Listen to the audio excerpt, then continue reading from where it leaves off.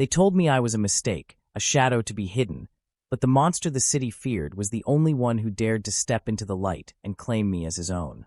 Welcome back, everyone. If you love stories that pull at your heartstrings and keep you on the edge of your seat with every twist and turn, you are in the right place.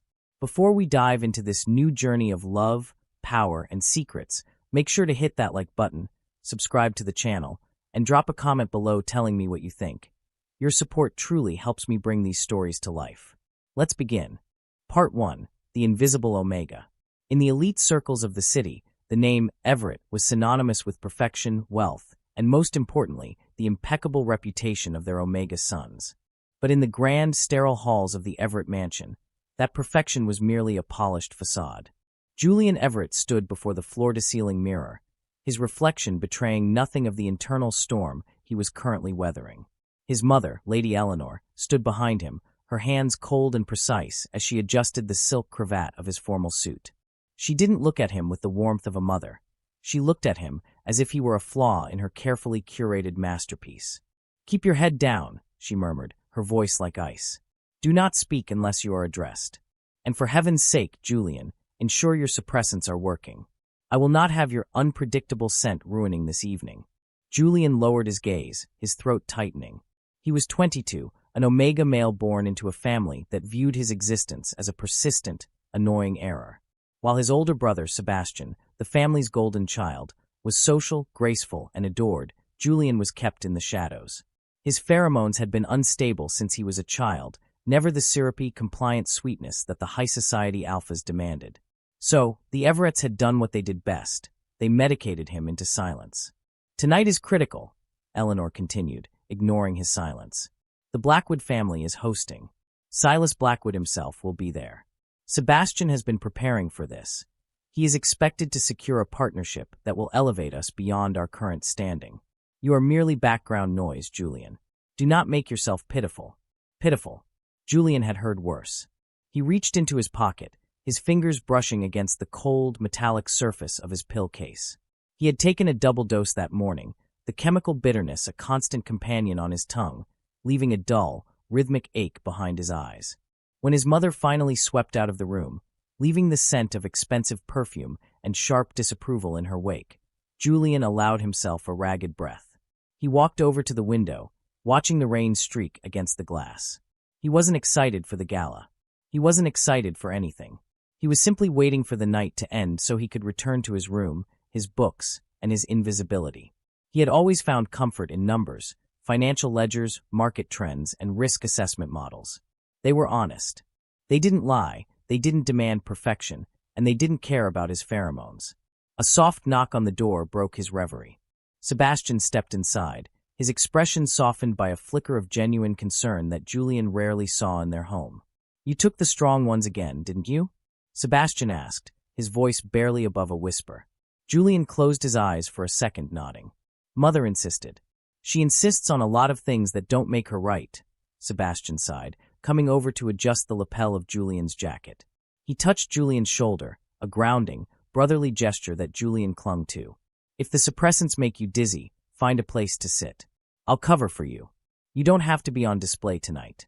"She'll be furious if she sees you paying me attention," Julian murmured. Sebastian gave him a tired, bittersweet smile. "Let her be angry. Just don't let her convince you that you don't matter, Julian. Because you do." Julian wanted to answer, to tell Sebastian that the cruelty wasn't that his mother believed he was useless, but that somewhere in the deepest, most quiet part of his soul, he had started to believe it too. But the words stayed trapped. They always did. When they arrived at the gala, held in a private, fortress-like hotel owned by the Blackwood conglomerate, the atmosphere was thick with unspoken power. The room was filled with the city's elite, but they all orbited the same center of gravity, the Blackwood family. Sebastian moved through the crowd like a prince, his laughter musical, his posture perfect. Julian drifted behind them, keeping his head bowed. As soon as his mother turned her attention to a group of influential investors, Julian slipped away. He found sanctuary in the back of the hall, tucked behind a massive floral arrangement. It was quiet, shadowed, and perfectly ignored. He opened a small notebook, ready to lose himself in his own thoughts, when the music suddenly softened. It didn't stop, it just died down, as if the room itself was holding its breath. Then he felt it. Not a scent, but a pressure. A heaviness in the air that made the fine hairs on his arms stand up. Silas Blackwood had arrived. He didn't need an announcement.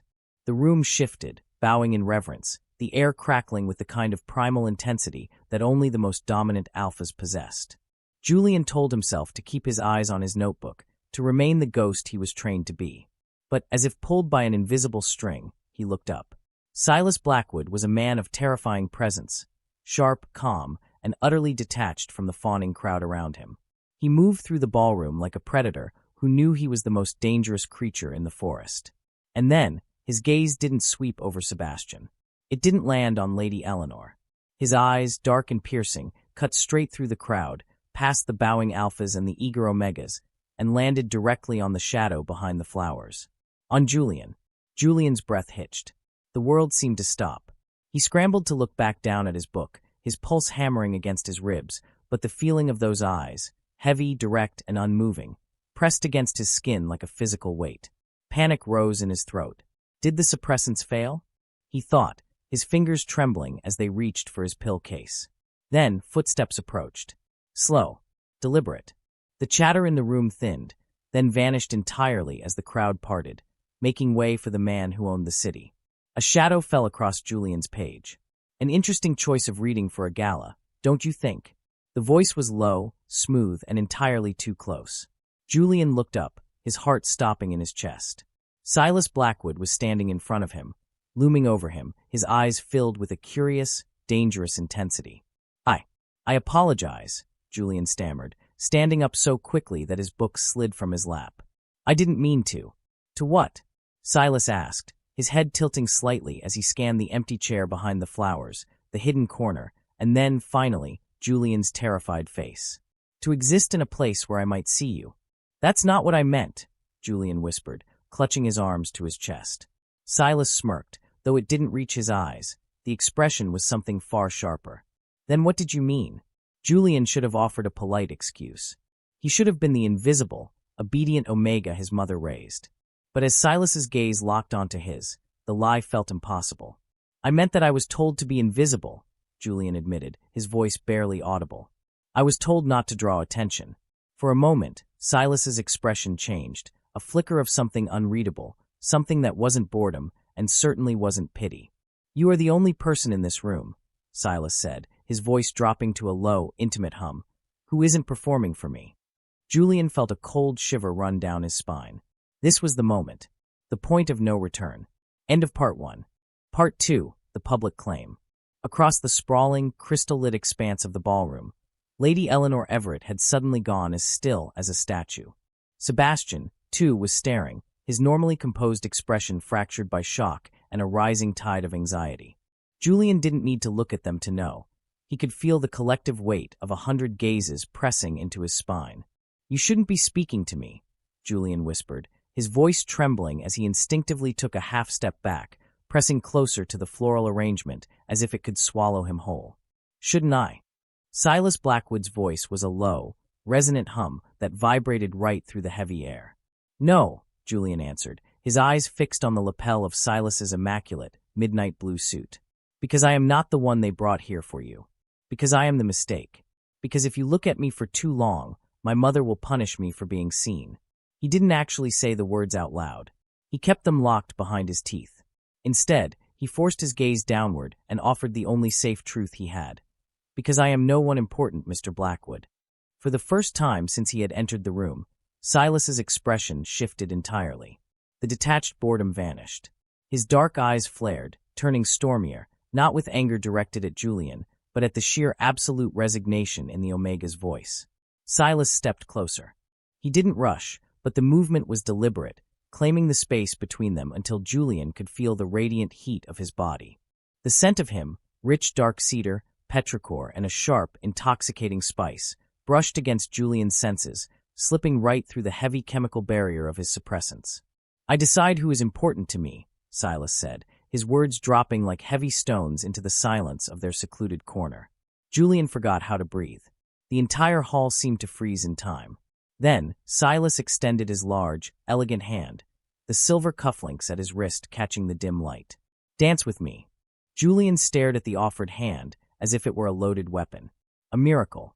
A trap. From across the room, he could practically feel his mother's fury burning hot enough to ignite the silk curtains. He knew he should refuse. He knew exactly what the consequences would be the moment they stepped into the Everett's private car. But Silas's hand remained suspended there, steady and waiting. And for the first time in his 22 years of life, a man of absolute, terrifying power was not telling Julian to disappear.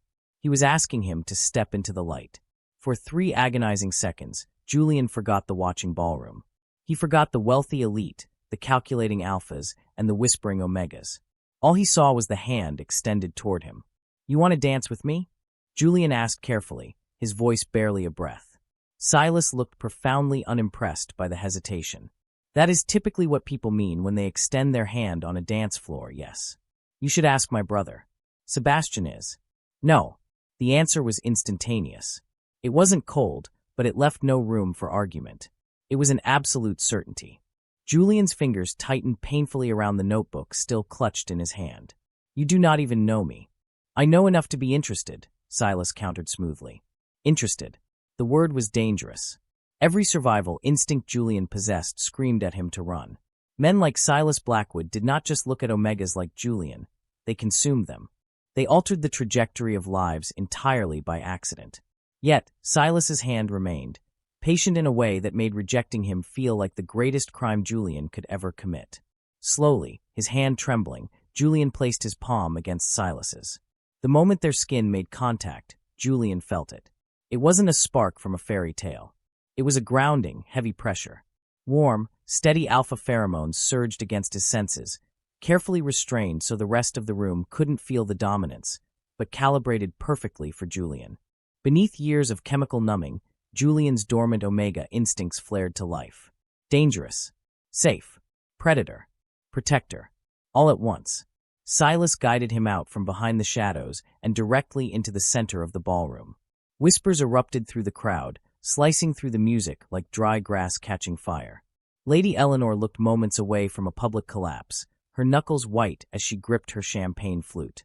Sebastian was watching them intently, but strangely, there was no anger in his brother's eyes, only a deep, profound concern. The string quartet, realizing the king of the city had taken the floor, seamlessly shifted into a slower, more haunting rhythm. Silas placed one large, warm hand securely against the curve of Julian's waist. "You are incredibly tense," Silas observed, his voice rumbling in his chest. "I think half the city wants me dead right now," Julian murmured, keeping his gaze firmly fixed on Silas's shoulder.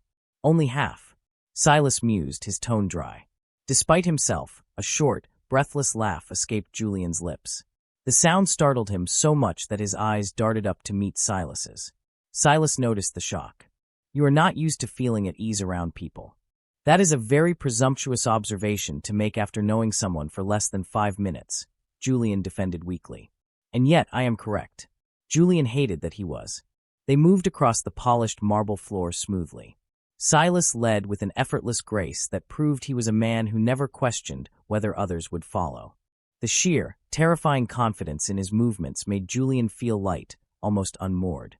"You were reading financial risk assessments at the social event of the season," Silas said, steering them past a pair of gaping socialites. "Why?" "It was something to do. Do you enjoy finance?"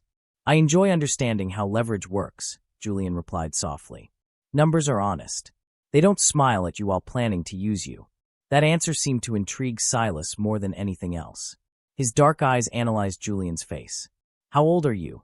22. 22. "And your family still forces you to hide behind floral arrangements like a dirty secret." Silas's voice dropped a fraction, the alpha undertone vibrating with a sudden, sharp displeasure. Heat rushed to Julian's cheeks. "You notice that?" "I notice everything that matters." Silas's gaze dropped to Julian's pale neck, then back to his eyes. "You dislike these events." "It is difficult to enjoy a room where everyone is desperately trying to sell something," Julian admitted, the words slipping out far more honestly than he intended. "And what are they trying to sell me tonight?" Silas asked, his thumb lightly stroking the fabric at Julian's waist. "Themselves. Their loyalty. Their children. Their usefulness. And you." Julian swallowed hard, his heart hammering a frantic rhythm against his ribs. "I was not supposed to be seen at all." Silas's hand tightened on Julian's waist. Your mother made that abundantly clear. She looks at you as if you are a liability. There was no pity in Silas's voice. Just blunt, surgical observation. Oddly, the lack of pity made the words hurt less. She prefers things that are easier to display, Julian whispered. Like Sebastian. He is kind. He is everything my family wanted. That is not his fault, Silas stated, studying Julian's face with an intensity that made the room blur around them. But you defend the people who hurt you. That is a dangerous habit. Suddenly, a wave of dizziness hit Julian. The double dose of suppressants was warring violently with the pure, concentrated alpha pheromones rolling off the man holding him. Julian's breath hitched, his skin growing feverishly warm, his pulse fluttering erratically.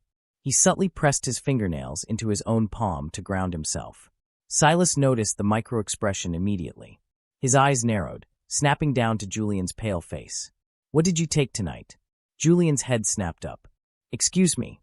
The suppressants, Silas demanded, his voice dropping into a lethal, quiet register. What brand? What dosage? Julian's stomach twisted. Most alphas didn't know enough, or care enough, about omega biology to identify side effects so rapidly. You shouldn't ask omegas questions like that. And your family shouldn't be forcing enough synthetic chemicals down your throat to make your pulse erratic, Silas countered coldly. How long have you been on this dosage? That is none of your business. Perhaps not, but I profoundly dislike seeing beautiful things carelessly damaged. Julian froze. Beautiful. The word echoed in his mind, foreign and completely unearned. Before he could process the sheer weight of it, the music drifted to a gentle close. Polite, hesitant applause rippled through the ballroom, though the atmosphere was suffocatingly tense. Silas did not step away. And Julian, paralyzed by the gravity of the moment, didn't either. Then, the cold reality of his life shattered the bubble. Lady Eleanor arrived. Her smile was a terrifying, painful stretch of painted lips, her eyes venomous. You have embarrassed this family quite enough for one evening, Julian, she hissed. Mother, Julian began, stepping back automatically, his body curling inward in a defensive posture ingrained since childhood. The slap echoed like a gunshot across the silent ballroom. The force of it whipped Julian's head to the side. A sharp, stinging heat exploded across his cheek. Gasps erupted from the surrounding crowd. For one familiar, humiliating second, Julian was 17 again, small, inadequate, and desperately ashamed. Eleanor grabbed his wrist, her perfectly manicured nails digging painfully into his skin. You foolish, pathetic child, she spat under her breath. Did you really think one dance makes you anything other than a burden? Before Julian could even draw a breath, another hand closed around Eleanor's wrist. It was a grip of iron, firm, immovable. The entire room plunged into absolute, terrified silence. Silas Blackwood stood beside them, his expression completely blank, stripped of all humanity. But the alpha pheromones radiating off him were no longer restrained. Pure, unadulterated dominance flooded the ballroom so violently that several omegas gasped and backed away, while the alphas in the vicinity physically stiffened, their bodies reacting to an apex predator preparing to kill. Eleanor's grip on Julian instantly slackened. Silas slowly, deliberately pulled her hand away from Julian. He didn't raise his voice. He didn't shout, which made it infinitely more terrifying. Do not touch him again. Eleanor swallowed hard, all her aristocratic bravado evaporating under the crushing weight of Silas's aura. Mr. Blackwood, this is a private family matter. You misunderstand. My son is emotionally unstable, he is. And your son, Silas interrupted, his voice slicing through the air like a blade, is the only honest person I have had the privilege of meeting in this room tonight. Dead silence. No one moved. No one breathed. Silas turned his back on Eleanor, dismissing her entirely, and looked directly into Julian's wide, terrified eyes. The intense, suffocating pheromones in the room dialed back just enough for Julian to breathe, wrapping around him in a protective, possessive cocoon. I want to see you again, Julian, Silas said softly, the command disguised as a request. And for the first time in his life, the spark of hope in Julian's chest felt infinitely more terrifying than the cruelty he had always known. The ride back to the Everett estate was a dangerous, suffocating vacuum of sound. Lady Eleanor sat rigidly across from Julian and Sebastian, her gloved hands folded so tightly in her lap her knuckles were white. Fury radiated from her in jagged waves. Julian kept his eyes locked on his lap, his cheek still burning with a dull, throbbing ache where she had struck him. Sebastian looked exhausted. He had opened his mouth twice to speak during the drive, but each time, Eleanor had silenced him with a single lethal glare. The moment the heavy oak doors of the mansion closed behind them, the storm broke. "What exactly were you trying to accomplish tonight?" Eleanor shrieked, the sound echoing off the vaulted ceiling of the foyer. Julian blinked, exhaustion settling deep in his bones. "Nothing. Do not lie to me." She stepped into his personal space, her face contorted. "You humiliated us." Silas Blackwood ignored every prominent Omega in the city and walked straight to you. "Explain that." "I cannot." The honest answer only fueled her rage. "You think this is a victory? You think a man like him looks at a broken, defective Omega with good intentions? He was mocking you. Mocking us." "Mother, stop," Sebastian interjected, stepping between them. "You stay out of this, Sebastian." Eleanor snapped. She turned her venom back to Julian. "You will not leave your room until I have decided how to handle this disaster. No phone, no access to the estate grounds. And tomorrow, I will call the clinic to increase your treatments. Your scent is clearly bleeding through." Julian let out a soft, broken laugh. He couldn't stop it. The sound shocked all three of them. "What is so amusing to you?" she demanded, her voice dangerously quiet. Julian looked at his mother, truly looked at her, for the first time in years. "You are acting as though I seduced him. I stood in a corner. He walked across a ballroom and publicly asked me to dance. What exactly was I supposed to do, Mother?" Refused Silas Blackwood to his face. "Yes." Julian stared at her. Suddenly, he wasn't angry. He wasn't even hurt anymore. He was just hollow. Telling Silas Blackwood no probably works better for people who aren't absolutely terrified of him, he said quietly. Eleanor's face hardened into a mask of pure ice. "Go to your room." This time, Julian obeyed. Hours later, he sat on the cold hardwood floor beside his bed, his knees drawn to his chest, staring out the window at the distant city skyline. The suppressants were crashing out of his system viciously now. His body felt wrong, his skin too tight, his blood burning, his heartbeat a frantic, uneven drum in his ears. He clutched the silver pill case in his sweaty palm. He needed to take another dose to stop the withdrawal, but Silas's words echoed relentlessly in his mind. "I profoundly dislike seeing beautiful things carelessly damaged." A soft click at the door made him jump. It opened just a crack, and Sebastian slipped inside, holding a small metallic keycard. "You didn't come down for dinner," Sebastian whispered, kneeling beside him. "Mother locked the door," Julian pointed out, his voice hoarse. "That's never stopped me from picking the lock before." Sebastian sighed, running a hand through his perfectly styled hair, ruining it. "She is terrified, Julian. She's calling every family in the social registry, right now, trying to spin the narrative. By tomorrow morning, she is going to send you to the countryside facility to hide you away until this blows over." Julian's stomach plummeted. The facility meant isolation. It meant 4 suppressants. The last time he went, he had almost ended up in a coma. "Do you trust him?" Sebastian asked suddenly, his eyes searching Julian's face. "Who?" "Silas Blackwood." "No," Julian answered honestly. "He is dangerous." "Good. You shouldn't trust him," Sebastian said. He paused, looking down at the keycard in his hand. "But right now, I trust him slightly more than I trust the woman downstairs." Sebastian reached out and pressed the keycard into Julian's trembling palm. "This is for the private East Gate."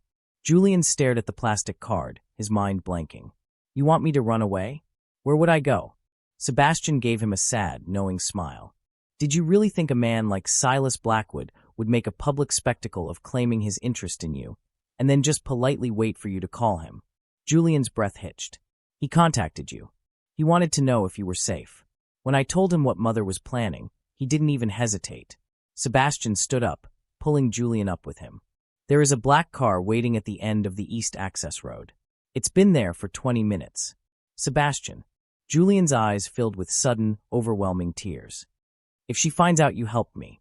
"You are my brother," Sebastian said fiercely, pulling Julian into a tight embrace. "You do not owe this family your misery. Now go." 20 minutes later, moving like a phantom through the rain-soaked gardens of his childhood prison, Julian slipped through the East Gate. He carried nothing but a small duffel bag and the terrifying realization that he was stepping off a cliff. The sleek, armored black car was idling exactly where Sebastian said it would be. The driver stepped out, opening the rear door in absolute, respectful silence. Julian hesitated for only a fraction of a second before climbing inside. As the car pulled away, the grand gates of the Everett estate disappearing into the fog behind him, the suffocating weight in his chest began to ease. He was driving into the unknown, straight into the den of the city's most feared predator. But for the first time in his life, Julian felt something dangerous blooming in the dark. He felt free. End of Part 2. Part 3. The Gilded Cage. The city blurred past the tinted windows of the armored car in a wash of neon and rain, but inside the cabin, the silence was absolute. For nearly an hour, Julian sat rigidly against the plush leather seats, his knuckles turning white around the straps of his small duffel bag. Every mile that distanced him from the Everett estate made him feel lighter, yet simultaneously more terrified. Leaving meant uncertainty. Leaving meant placing himself at the mercy of a man whose reputation was built on ruthlessness and blood. But as Julian watched the towering skyscrapers of the financial district loom closer, he reminded himself of a simple, bitter truth. Staying at the estate hadn't been living. It had been a slow, heavily medicated death. Eventually, the vehicle slowed, pulling smoothly into the subterranean garage of a massive, sleek tower that overlooked the river. The upper floors vanished into the low-hanging rain clouds. The driver opened the door without a word. Julian stepped out into the cool, damp air of the garage.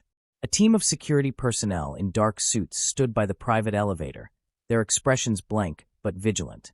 They parted immediately to let him through, clearly expecting him. That realization alone made Julian's chest tighten. He was guided into the glass-walled elevator in complete silence. The only sound was the soft hum of the machinery as they shot upward, leaving the city far below. When the doors finally slid open, Julian stepped into a sprawling penthouse wrapped in floor-to-ceiling glass. The city lights spilled across the dark hardwood floors, illuminating the minimalist, expensive decor in shades of silver and shadow. And there, standing near the expansive windows with a tumbler of amber liquid in one hand, was Silas Blackwood. There were no armed guards in the room, no fawning crowds, no terrifying ballroom full of judgmental elites. It was just him. The sheer gravity of his presence seemed to swallow all the oxygen in the massive space. Silas turned as Julian stepped inside. For a long moment, neither of them spoke. The Alpha's dark eyes swept over Julian, lingering briefly on the cheap, rain-dampened duffel bag clutched in his trembling hands. "You actually came," Silas said, his voice a low rumble that vibrated through the quiet room. Julian let out a shaky, nervous breath that was half a laugh. "You sound surprised." "I expected you to run eventually," Silas replied, slowly setting his glass down on a marble-side table. "I just didn't expect you to run toward me." It should have sounded threatening. Instead, the rich, smooth tone of his voice sounded dangerously close to pleased. Julian tightened his grip on his bag, his heart hammering against his ribs. "My brother said you wanted to see me." "I did." "Why?" Julian's voice cracked slightly, betraying his fear. Silas studied him for several long seconds, the heavy, dominant weight of his aura carefully restrained, yet still thrumming against Julian's senses. "Because after exactly one conversation with you, Julian, I already learned 3 things." Silas took a slow step closer, closing the distance between them. Julian forced himself to hold his ground. "First," Silas counted softly, "your family is poisoning you with synthetic suppressants, steadily destroying your nervous system. Second, someone taught you that being noticed is the most dangerous thing in the world. And third, you look at every room you enter as if you are waiting for someone to give you permission to exist inside it." Julian's breath caught in his throat. The accuracy of the words felt like a physical blow. Silas stopped just a few feet away. The scent of cedar and dark spice washed over Julian, grounding him in a way the chemicals never could. "Stay here," Silas commanded, though the volume of his voice never rose above a quiet murmur. Julian froze. "I can protect you from your family," Silas continued, his gaze locking onto Julian's wide eyes. "I can protect you from the board members, from other alphas, from anyone in this city who looks at you and tries to calculate your usefulness." The city lights reflected sharply behind him, painting him in an ethereal, intimidating glow. "I want you beside me, Julian." By the 3rd week of living in Silas Blackwood's penthouse, Julian realized something terrifying. He was becoming comfortable. Not completely. Not enough to let his guard down entirely. But enough that he had stopped flinching every time the elevator doors opened. Enough that he no longer scrambled to hide the financial ledgers he borrowed from Silas's library the moment the Alpha walked past. Enough that on some quiet, rainy mornings, he actually forgot to reach for his pill case the second he woke up. That terrified Julian more than Silas ever had. Comfort was fragile. Comfort was something that could be snatched away at a moment's notice, and Julian had learned very young never to trust temporary kindness. Yet, life inside the penthouse had settled into a strange, quiet rhythm. Silas left for meetings at unpredictable hours, often returning long after midnight smelling faintly of cigar smoke, expensive liquor, and the sharp metallic tang of danger. Yet, no matter how late he returned, or how exhausted he looked, he always checked to see if Julian had eaten. At first, Julian assumed it was mere obligation. Then, he realized Silas simply remembered everything. He knew which blend of Earl Grey Julian preferred. He knew which foods Julian couldn't stomach after a harsh dose of suppressants. He knew which nights Julian's chemical-induced migraines flared up, leaving dim lighting and a glass of water on the nightstand without a word. He knew which topics made Julian retreat into his shell. No one had ever paid attention to Julian long enough to notice his patterns. That was the problem. It was making the idea of leaving impossible. One evening, the rain was lashing softly against the massive glass windows. Julian sat curled in a leather armchair in Silas's private office, a thick stack of maritime contract reports resting on his lap. Silas was standing behind him, reading over his shoulder in a comfortable, companionable silence. The Alpha's warmth radiated against Julian's back, a steady, anchoring presence. "You missed something," Julian murmured eventually, tapping his pen against a specific clause on the third page. Silas hummed, the sound vibrating deep in his chest. "Did I?" "This shipping route," Julian explained, leaning forward to trace a line of numbers. "Someone altered the transit timing deliberately. It's a skimming operation. They are trying to siphon capital from the western ports by hiding it in operational delays." "A test," Silas noted, his tone completely unfazed. "To see whether I would notice the discrepancy before signing the quarterlies." Julian frowned, looking up at him. "They were careless." "No." Silas's dark eyes shifted from the document down to Julian's face, his gaze lingering on the soft curve of Julian's jaw. "You are just significantly smarter than they anticipated." The compliment landed awkwardly in Julian's chest, making his heart perform a strange, fluttery leap. Before he could formulate a polite response, a sudden, violent wave of dizziness crashed into him. The room tilted sharply.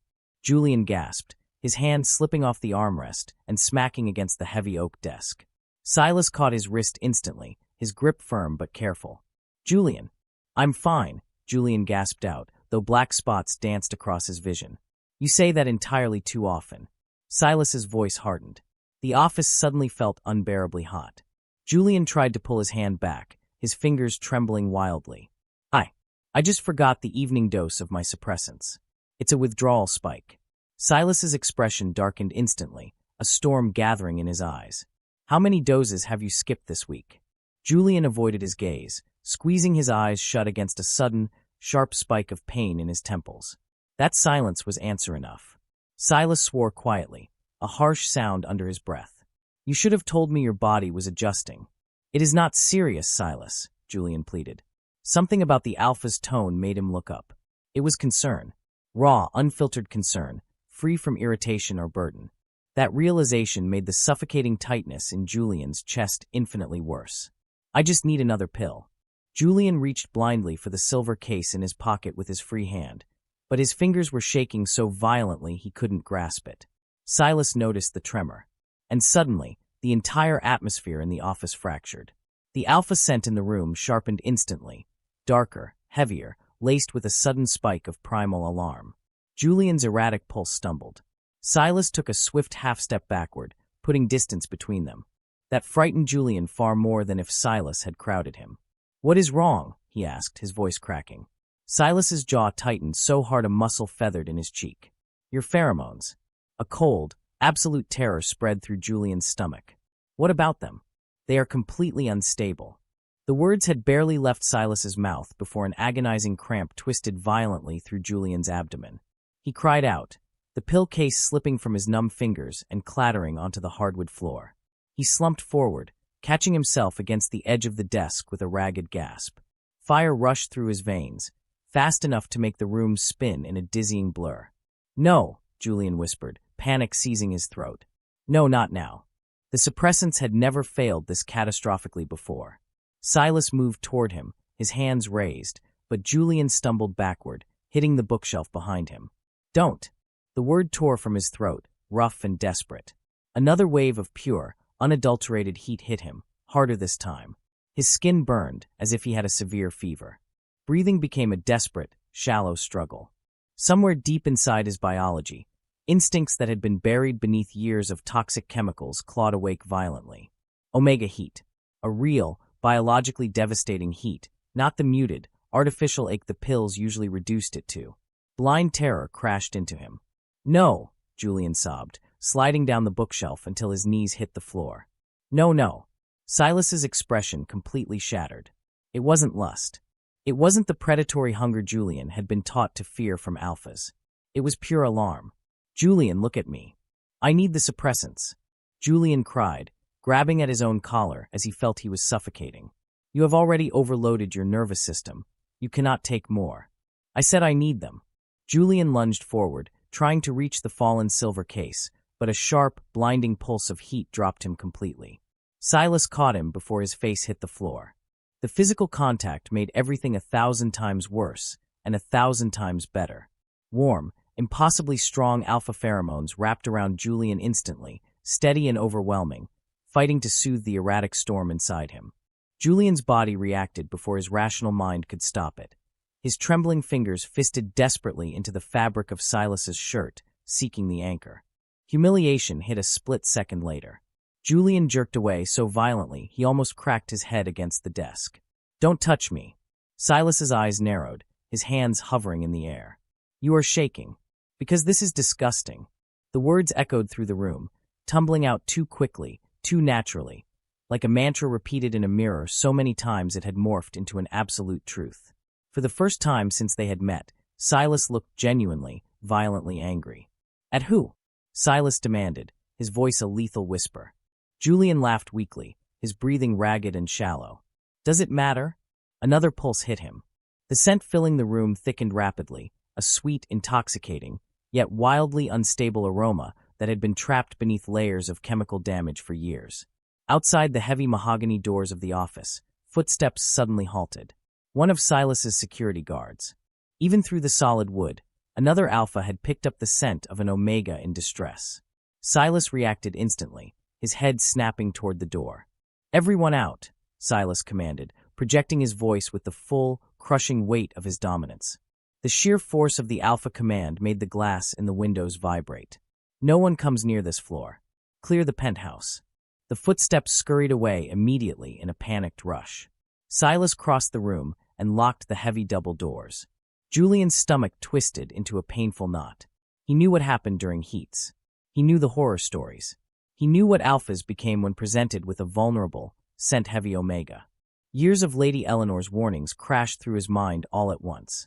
Don't trust alphas. Do not let them scent weakness. Do not let them corner you. Julian pressed his back flat against the side of the desk, curling his knees to his chest, his breathing tearing through his throat in ragged sobs. "Please," Julian begged, squeezing his eyes shut. Silas went completely still. It took Julian a few agonizing seconds to realize why. He sounded terrified. Not of the biological heat. He was terrified of Silas. A heavy, suffocating silence descended over the room, broken only by Julian's frantic gasps. Then slowly, carefully, avoiding sudden movements, Silas shrugged out of his suit jacket. He approached on his knees, moving like one might approach a wounded, cornered animal, and draped the heavy, cedar-scented jacket over Julian's trembling shoulders. "I am not going to hurt you," Silas swore softly. End of Part 3. Part 4. The Temporary Mark. Julian looked away instantly, squeezing his eyes shut as a fresh wave of feverish heat racked his frame. "You say that now," he gasped, his fingers curling into the expensive fabric of Silas's jacket. Silas crouched lower, ensuring he was entirely at eye level, making himself as non-threatening as a man of his size and power possibly could. "Look at me, Julian." Julian didn't want to. Every instinct screamed at him to hide, to curl into a tight ball and protect his neck. Yet, despite the blinding haze of the heat, he did. And somehow, meeting Silas's gaze made the terror worse, because Silas looked absolutely furious. Not at Julian, but for him. The Alpha's dark eyes were burning with a quiet, lethal rage directed entirely at the people who had broken the man shivering on the floor. "What did they do to you?" Silas asked, his voice barely a breath, yet it carried the weight of an avalanche. The gentle, aching question cracked something open deep inside Julian's chest. He let out a shaky, broken laugh, though hot tears suddenly burned behind his eyes. "Nothing unusual," Julian whispered. It was a lie, and they both knew it. The heat worsened rapidly after that, tearing through Julian's unmedicated system like a wildfire. The minutes blurred together into an agonizing montage of fever, panic, and an overwhelming, instinctual desperation. When Julian's legs finally gave out entirely, Silas did not hesitate. The Alpha gathered him into his arms effortlessly, lifting Julian against his chest. Julian was too weak to fight. He squeezed his eyes shut as Silas carried him out of the office and down the long, shadowed hallway toward the master bedroom. The entire penthouse floor had been cleared out completely. There were no guards, no staff, no other Alphas. Just the two of them, enveloped in the heavy, soothing scent of cedar and dark spice that Silas purposefully released to calm Julian's frantic biology.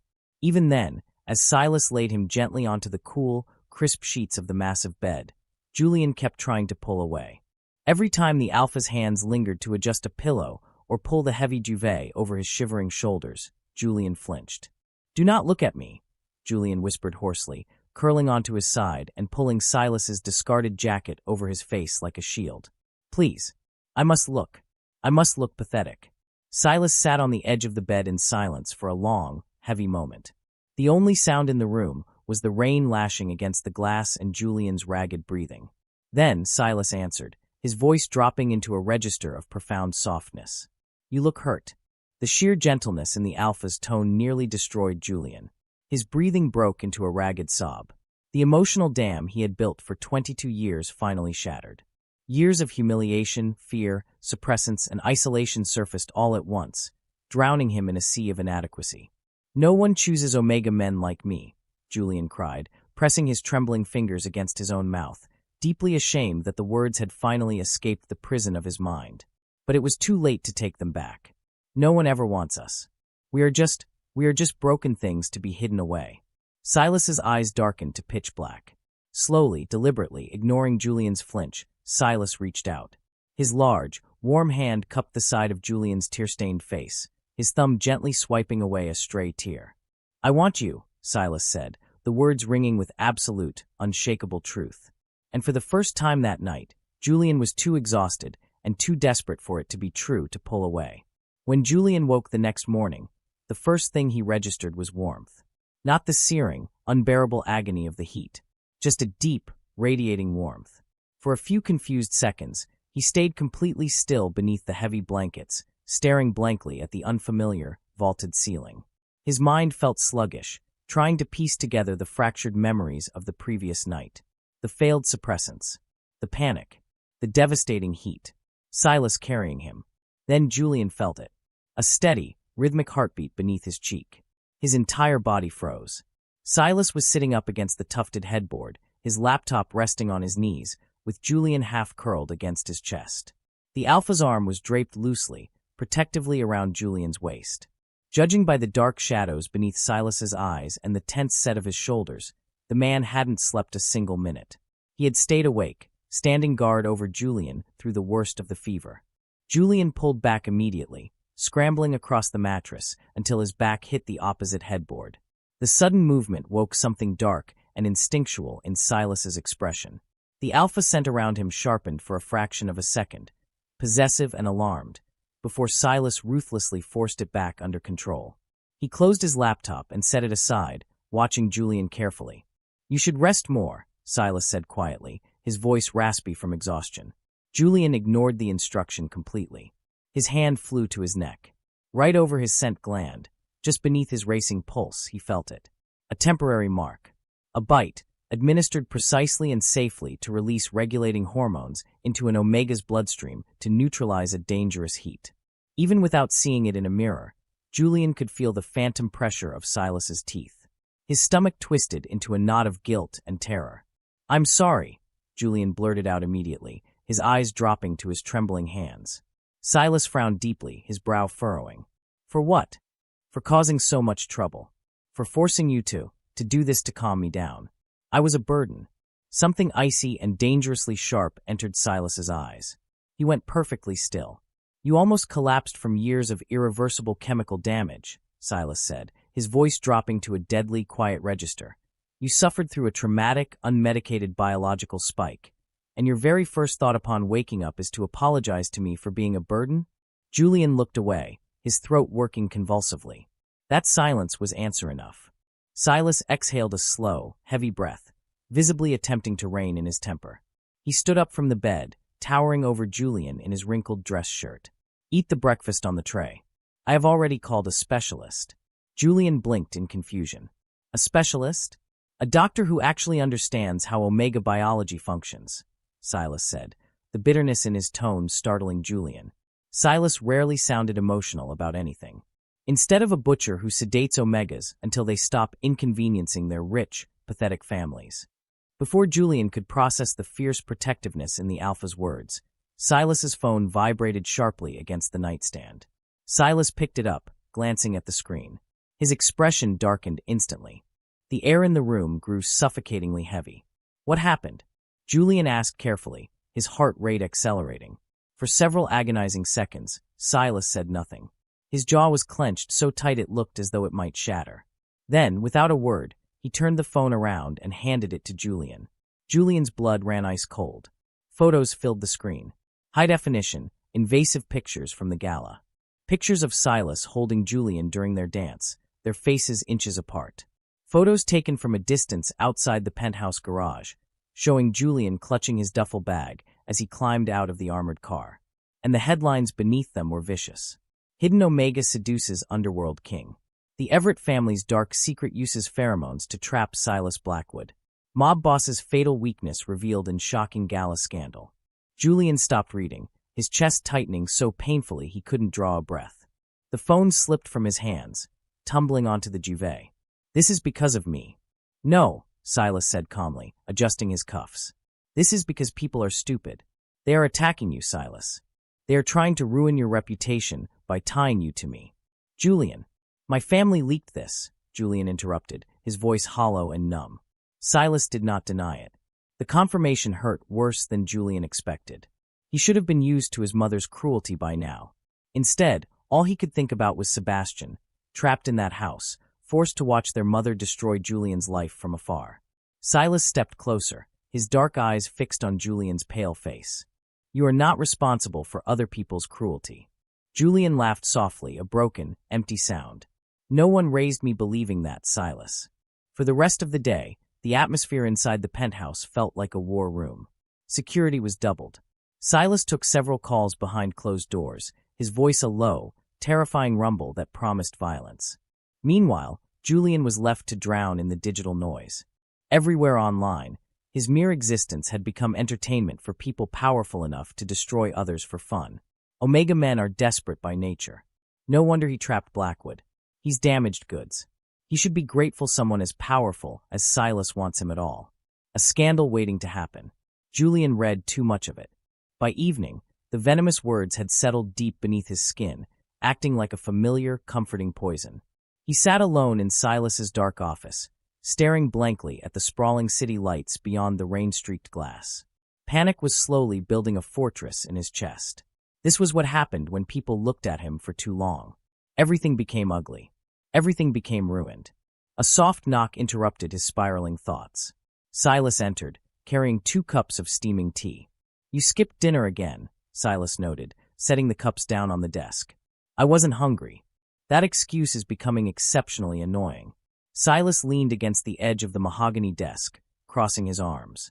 For several minutes, neither spoke. The silence stretched until it was almost unbearable. Then, Silas finally broke it. I handled the articles. The publications are pulling them down as we speak. That won't stop people from talking, Julian whispered, keeping his eyes on the floor. I do not care about people talking. But I do. Julian looked up, forcing himself to meet Silas's intense gaze before his courage failed him. You had absolute control before I appeared in your life, he said quietly, his voice shaking. People feared you. They respected you. Now they think I manipulated you. They think you are weak because of me. Silas's expression barely changed. Did you manipulate me? Of course not. Then why should I care what a city full of cowards thinks? Because it ruins you. Julian shot to his feet, his hands trembling at his sides. Because people like me become scandals the moment someone important chooses us. Because sooner or later, Silas, you will wake up and realize that every single one of those articles was right about me. Julian stared down at the untouched tea on the desk, his vision blurring with unshed tears. I should leave. The office went completely, terrifyingly still. The temperature in the room seemed to plummet. What did you just say? Silas's voice dropped into a register so dark and dangerous it made the hairs on the back of Julian's neck stand up. Julian's grip tightened on the edge of the desk. This arrangement has already gone too far. Arrangement. The way the word hung in the air made Julian's pulse jump. Silas uncrossed his arms, standing to his full, imposing height. You think that is what this is? An arrangement. I think your life would be infinitely easier without me in it. Julian fired back, refusing to back down. You are not leaving. You cannot decide that for me. No, Silas agreed softly, taking a slow, predatory step closer until he was standing mere inches from Julian. But I can ask why you are trying to run the exact moment someone finally decides to stay. Julian looked up sharply. Silas's gaze locked onto his, stripping away all of Julian's defenses until he felt utterly exposed. You think I don't see it? Silas asked, his voice losing its edge, replaced by a devastating quietness. Every single time something remotely good happens to you, Julian, you immediately start bracing yourself for the punishment. Julian's throat tightened so painfully he could barely speak. That is not true. It is exactly true. The silence that followed stretched too long. Finally, Julian whispered the one fear he had been trying to suppress since the night of the gala. You will regret this eventually. Silas frowned slightly, his head tilting. Regret what? Choosing you. For a long moment, Silas simply stared at him. Then the alpha reached up slowly, telegraphing his movements so Julian wouldn't flinch. He brushed his fingers lightly against the fading temporary mark at the base of Julian's neck. The gentle touch sent a jolt of warmth through Julian's entire body, but Silas's voice remained perfectly, agonizingly calm. I have met beautiful Omegas, Julian. I have met intelligent Omegas, and I have met dangerous Omegas. Silas's eyes never left Julian's. You are the very first person in my entire life who ever looked at me without wanting something. Julian's breath caught in a sharp gasp. You looked absolutely terrified, Silas continued softly, his thumb gently tracing the line of Julian's jaw. But you were still honest. I am not keeping you here because your pheromones reacted well to mine during a biological spike. Silas leaned closer, his breath ghosting over Julian's lips. I am keeping you here because you are you. The room blurred. Julian looked away quickly, desperately trying to blink back the tears threatening to spill over. No one had ever said something like that to him before.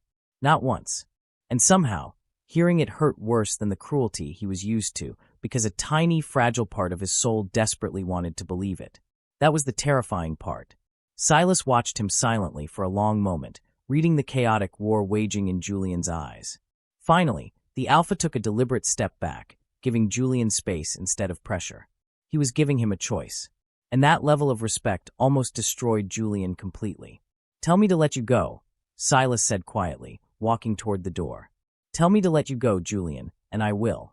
When the heavy office doors clicked shut, leaving Julian alone in the dimly lit room, the silence was deafening.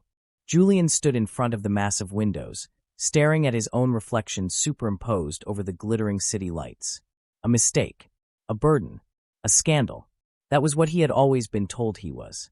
But somewhere beneath 22 years of ingrained fear, another thought had started growing quietly inside him.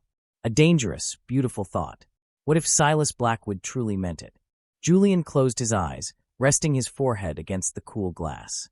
For the first time in his entire life, he allowed himself to imagine what it might feel like to simply stay. End of Part 4. Part 5. The Seat at the Table. 3 months later, Julian Everett walked into a room full of the city's most dangerous men and did not look for a single place to hide. That profound realization hit him halfway through the underground syndicate's quarterly council meeting. The grand boardroom, buried deep within the secure, windowless sublevels of the Blackwood Financial Tower, was a den of apex predators. The air was thick with the scent of expensive cigars, aged bourbon, and the heavy, suffocating weight of warring alpha pheromones. Around the massive, black marble table sat 12 of the most ruthless men in the city: smugglers, political fixers, and underground investors. 3 months ago, Julian would have been paralyzed by the sheer dominance in the room. 3 months ago, he would have stood in the farthest, darkest corner, praying to go unnoticed, heavily medicated and trembling. Now, he sat directly at Silas Blackwood's right hand, and every single person in the room knew exactly who he was. He was no longer a secret. He was no longer the Everett family's hidden, defective Omega. He was no longer a scandalous rumor whispered about in high society ballrooms. He was Silas Blackwood's partner, and the reality of that title still sent a thrilling, dangerous shiver down his spine. Since the night his suppressants had catastrophically failed, everything had changed. Under the care of a trusted specialist, Julian's system had finally been purged of the toxic chemicals his mother had forced upon him. His natural scent had bloomed, a crisp, delicate note of winter frost and white tea, and while it was undeniably Omega, it was no longer unstable. It was grounded, wrapped entirely in the protective, lingering cedar and spice of Silas's own aura. Julian no longer felt like a ghost haunting his own body. For the first time, he felt alive. Vincent Thorne is moving capital through the western ports again. One of the council members, a heavily scarred alpha named Russo, stated sharply, tossing a thick dossier onto the center of the table. He's skimming off our international shipping lanes. We should cut him out completely before he becomes a legitimate threat. Cutting him out would spark an immediate turf war. Another alpha countered, leaning forward aggressively. Thorne has the backing of the dock unions. If we strike his shipments, the ports shut down. It would end a war, too, if we kill him quickly enough, Russo growled. The discussion rapidly devolved into a tense, aggressive argument. Voices raised, hands slammed against the marble, and pheromones spiked in a battle for dominance. Through it all, Silas sat perfectly still at the head of the table, his expression an unreadable mask of absolute authority. He let them argue, watching the chaos with the detached boredom of a king observing squabbling children. Then, slowly, Silas turned his head and looked directly at Julian. "What do you think?" Silas asked, his deep voice slicing effortlessly through the shouting. The entire room quieted immediately. The sudden silence was deafening. It wasn't because Julian held any official rank or authority within the syndicate, but because Silas Blackwood asking for his strategic opinion in front of the council meant that Julian's answer mattered more than anyone else's. Julian felt 12 pairs of hard, calculating eyes turned toward him. He didn't flinch. He didn't lower his gaze. Instead, he calmly looked down at the financial documents spread across the table, his mind effortlessly analyzing the numbers. If Thorne actually wanted a war, he would already be attacking our physical assets directly, Julian said evenly, his voice steady and clear in the quiet room. He wouldn't be leaving a paper trail of skimmed capital in the western ports. Several men frowned, exchanging skeptical glances. Julian met Russo's gaze head-on. Thorne is deliberately provoking a reaction. He knows his numbers are sloppy. He wants Silas to retaliate harshly in front of the council to make the Blackwood Syndicate look unstable and overly aggressive to our overseas partners. If we strike his shipments first, we give him exactly the political leverage he is fishing for. Silence followed the assessment. It was a flawless, surgical breakdown of the financial warfare at play. Then an older, deeply arrogant alpha named Carlyle let out a condescending scoff, leaning back in his leather chair. And we are supposed to trust the strategic judgment of an Omega who was locked in his bedroom by his own mother until a few months ago? The atmosphere in the room shifted so violently it felt as though the oxygen had been sucked out through the vents. Before Julian or anyone else could even blink, Silas spoke. He didn't raise his voice. He didn't slam his fist on the table. He didn't even look at Carlyle. "You are entirely free to leave this table, Carlyle," Silas said, the chilling, absolute calmness of his tone freezing the blood of every man present. "And you are free to leave this city.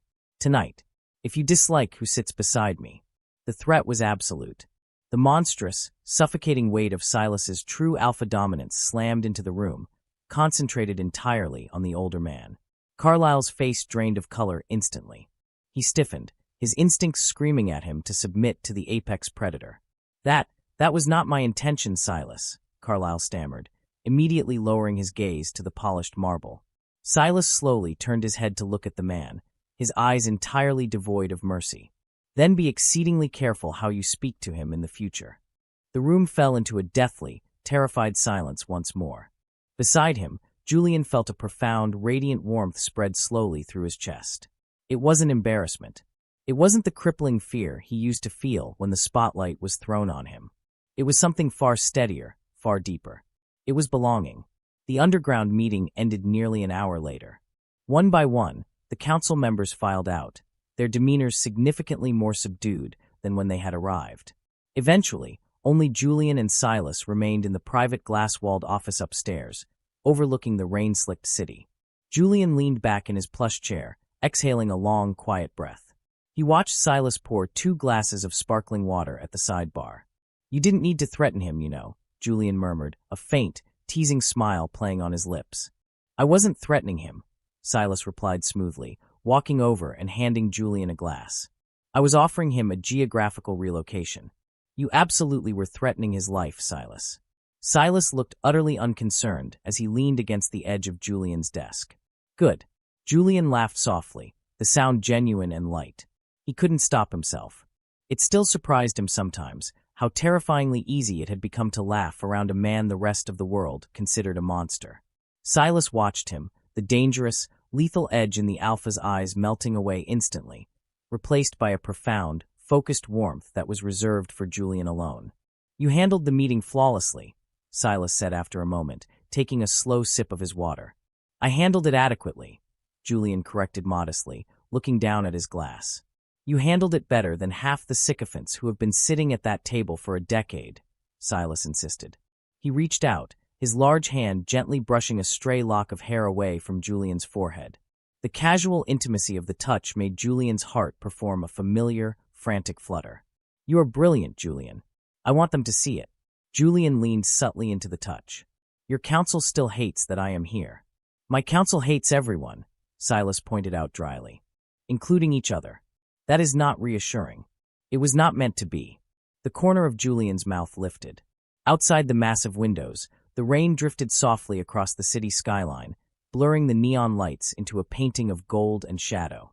Inside the office, enveloped in Silas's scent, everything felt perfectly, impossibly safe. Peaceful. The word still felt wonderfully unfamiliar on Julian's tongue. A sharp, hesitant knock on the heavy wooden door interrupted the quiet moment. Silas's hand dropped from Julian's face, his posture instantly straightening into a rigid line of authority. "Enter." One of Silas's personal security guards stepped inside, his expression visibly strained. "Sir, I apologize for the interruption." "What is it, Marcus?" Silas asked, his tone flat. Marcus swallowed hard, his eyes flicking briefly toward Julian before landing back on his boss. "Lady Eleanor Everett is downstairs in the main lobby." Julian went completely still. The glass in his hand suddenly felt freezing cold. Silas's expression darkened into something terrifying. The air in the office instantly grew heavy with an oppressive, furious alpha aura. "Why is she here?" "She bypassed the perimeter security team by claiming a family emergency," Marcus explained quickly. "She is demanding to speak with Mr. Everett. Privately." The silence that stretched through the office was suffocating. Julian stared at the desk, his heart hammering against his ribs. 3 months. He had not seen or heard from his mother in 3 months. The sheer mention of her name threatened to drag him backward into the dark, medicated cage he had just escaped. "Tell the lobby guards to escort her off the premises," Silas ordered coldly, his voice leaving absolutely no room for debate. "If she resists, have her physically removed and permanently ban her from the district." "Yes, sir," Marcus began, turning toward the door. "Wait." Both Silas and Marcus stopped, turning to look at Julian. Julian slowly set his glass down on the desk. His hands were trembling slightly, but he forced his shoulders back. He took a deep breath, inhaling the grounding scent of cedar and spice that saturated the room, letting it fortify him.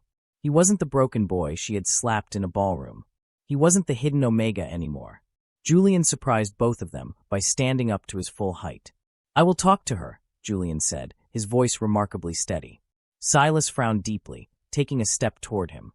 "Julian, you do not have to do this. I will handle her. You never have to see that woman again if you don't want to." "I know," Julian replied softly, meeting Silas's worried gaze. And that was the fundamental difference. Before, Julian had obeyed his mother because he was terrified. He had hidden because he had no choice. Now he was making a choice. "I need to do this, Silas," Julian said, stepping past the desk. "Send her up to the secondary sitting room." End of Part 5. Part 6. The Severed Ties. 10 minutes later, Julian stepped into the secondary sitting room on the lower floor of the penthouse. It was a beautiful, starkly modern room with charcoal walls and expansive windows that framed the weeping city skyline. But as the heavy mahogany door clicked shut behind him, the luxurious surroundings faded away. Lady Eleanor Everett stood near the glass, her posture as perfectly rigid and composed as it had always been. She wore an immaculate dark-tailored coat, her hair swept up in a flawless twist. But the moment she turned to face him, the illusion of her invincibility shattered. Something uncertain, almost fragile, flickered across her face. Julian stopped a few feet away, his hands loosely clasped in front of him. He looked at the woman who had terrorized his every waking moment for 2 decades, and a profound realization washed over him. She looked older. For years, Julian had thought of her as a towering, untouchable titan of high society, a flawless, terrifying god who dictated whether he was allowed to breathe. Now, stripped of her ballroom lighting and her sycophantic audience, she just looked like a tired, bitter woman who no longer understood the world she was standing in. "Julian," she said carefully, her voice lacking its usual venomous crack. He did not reply. He merely waited in absolute, unbroken silence. Eleanor's eyes moved over him slowly, taking in the changes she could not control. She lingered on his expensive, perfectly tailored clothes, the straight, confident line of his spine, the clear brightness in his eyes unclouded by heavy suppressants. And then, her gaze locked onto the faint, healing mark still visible just above his collar. The undeniable proof that Silas Blackwood had claimed him, protected him, and elevated him far above the Everett family's reach. She folded her gloved hands tightly together. "You look well." Julian almost smiled at the sheer, suffocating awkwardness of it. "That is most likely because no one is chemically sedating me 3 times a day anymore, Mother." A flash of genuine pain, or perhaps just deeply ingrained guilt, crossed her features. Good. For once, Julian did not feel the familiar, sickening twist of guilt in his stomach for speaking out of turn. He didn't feel the urge to apologize for making her uncomfortable. "I came because..." She hesitated, a rare occurrence for a woman who wielded words like daggers. "People are talking about you, Julian. Everywhere. In every circle. They have been doing that for months," Julian replied evenly, his voice steady. "I recall you being the one who ensured they had plenty of scandalous material to discuss."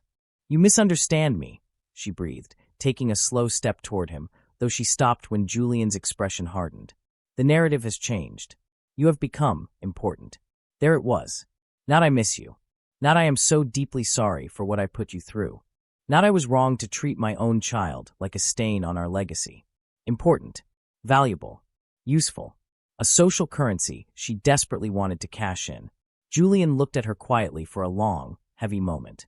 The silence stretched between them, thick and unyielding, until he finally asked the only question that mattered. "Would you still be standing in this room tonight if Silas Blackwood had abandoned me?" Eleanor's lips parted, but no sound came out. Her eyes darted away, unable to hold his gaze.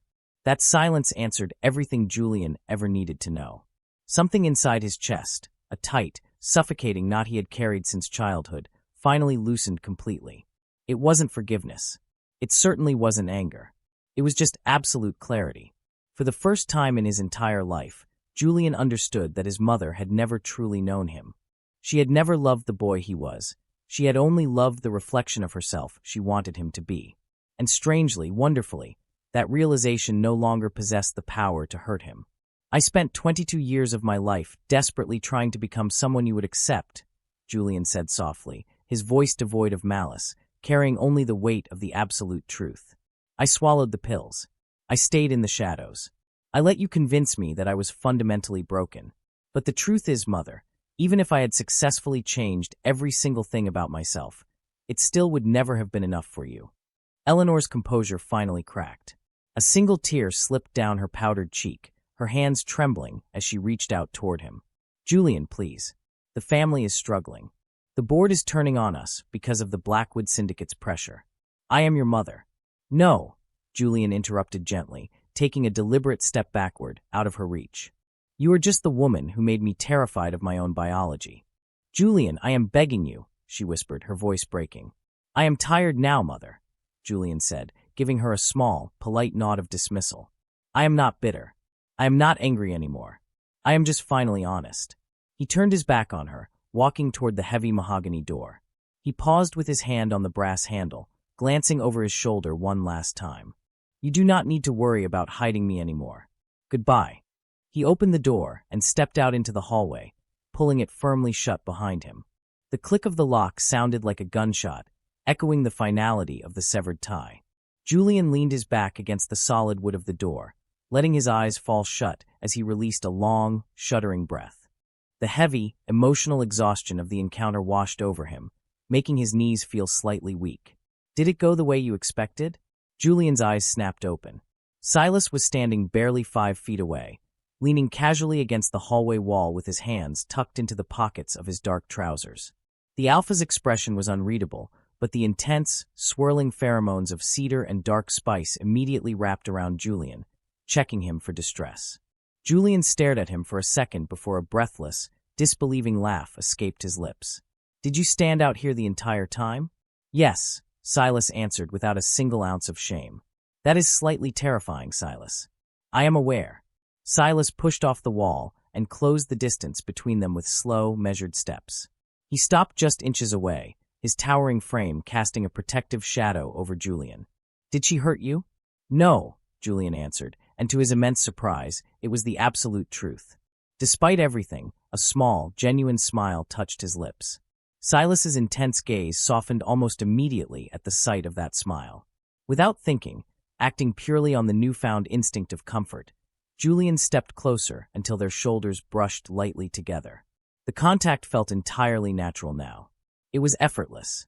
Silas glanced down at him, his dark eyes searching Julian's face with a quiet, burning intensity. Are you all right, Julian? Julian considered the question carefully. For years, answering that simple question had felt impossible. It had always been a lie wrapped in survival. But now, standing in the quiet hallway of a penthouse fortress, anchored by the man who had torn down the world just to give him a place in it, the answer was remarkably easy.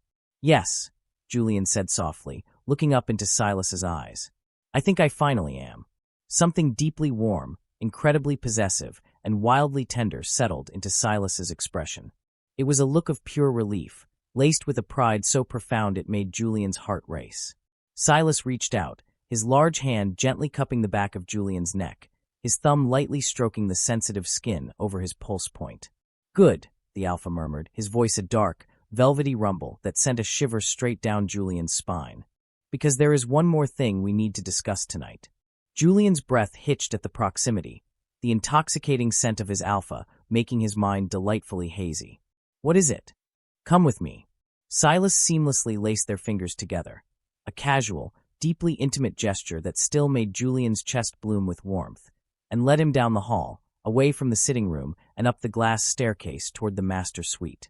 The bedroom was dimly lit, the city lights painting the floor in silver streaks.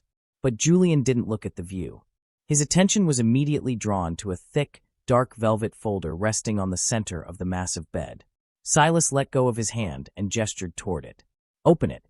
Julian approached the bed tentatively, his brow furrowing in confusion. He reached out and flipped open the velvet cover. Inside was a stack of legal documents, stamped with the seal of the city's highest financial registry. Julian's eyes scanned the complex legal jargon, his sharp mind immediately deciphering the numbers and clauses. His breath caught sharply in his throat. He looked up at Silas, his eyes wide with absolute shock.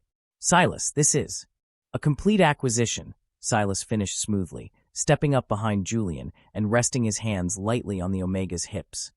I bought the Everett family's debt. All of it. The estate, the international shipping contracts, the social registry bonds.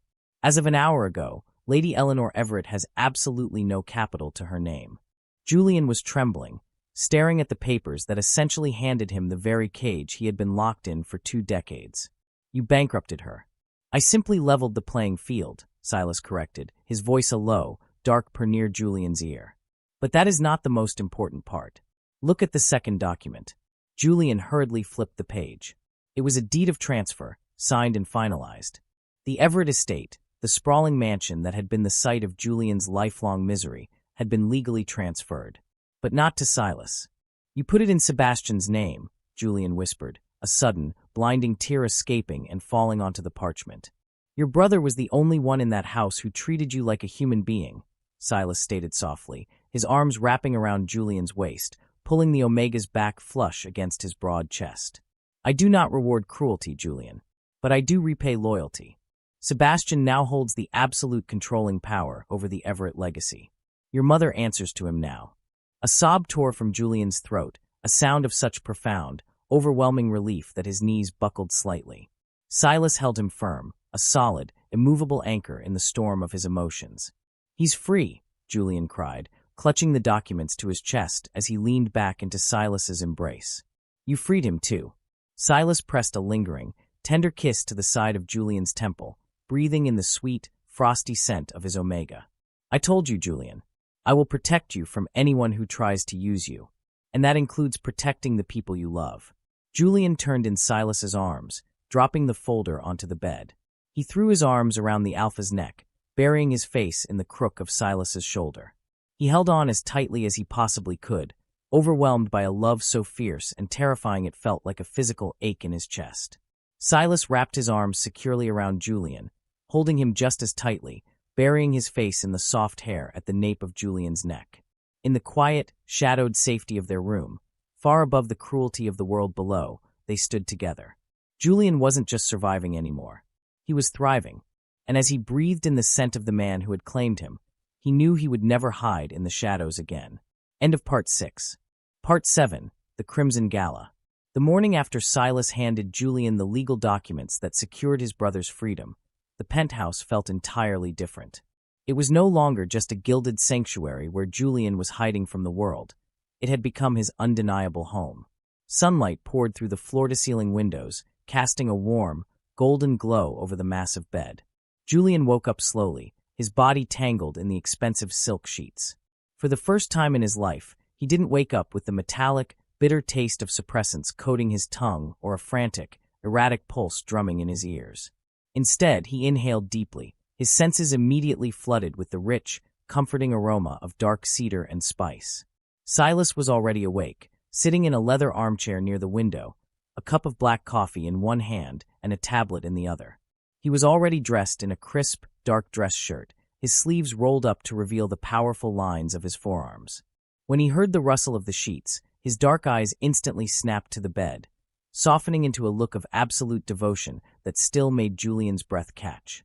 "Good morning," Silas murmured, his voice a low, rumbling vibration that sent a pleasant shiver down Julian's spine. "Morning," Julian replied, pushing himself up against the headboard. He ran a hand through his tousled hair, acutely aware of the lingering warmth of the temporary mark fading on his neck. His own natural scent, a crisp, elegant blend of winter frost and white tea, mingled perfectly with Silas's heavy alpha aura, creating a harmonious, intoxicating atmosphere in the room. Silas set his tablet down and walked over to the edge of the bed. He reached out, his large hand gently cupping Julian's jaw, his thumb brushing over his cheekbone. "Did you sleep well?" "I slept better than I have in 22 years, Julian answered honestly, leaning into the touch. A faint, immensely satisfied smile touched Silas's lips. "Good, because tonight, I am going to require your absolute brilliance." Julian blinked, his curiosity piqued. "My brilliance?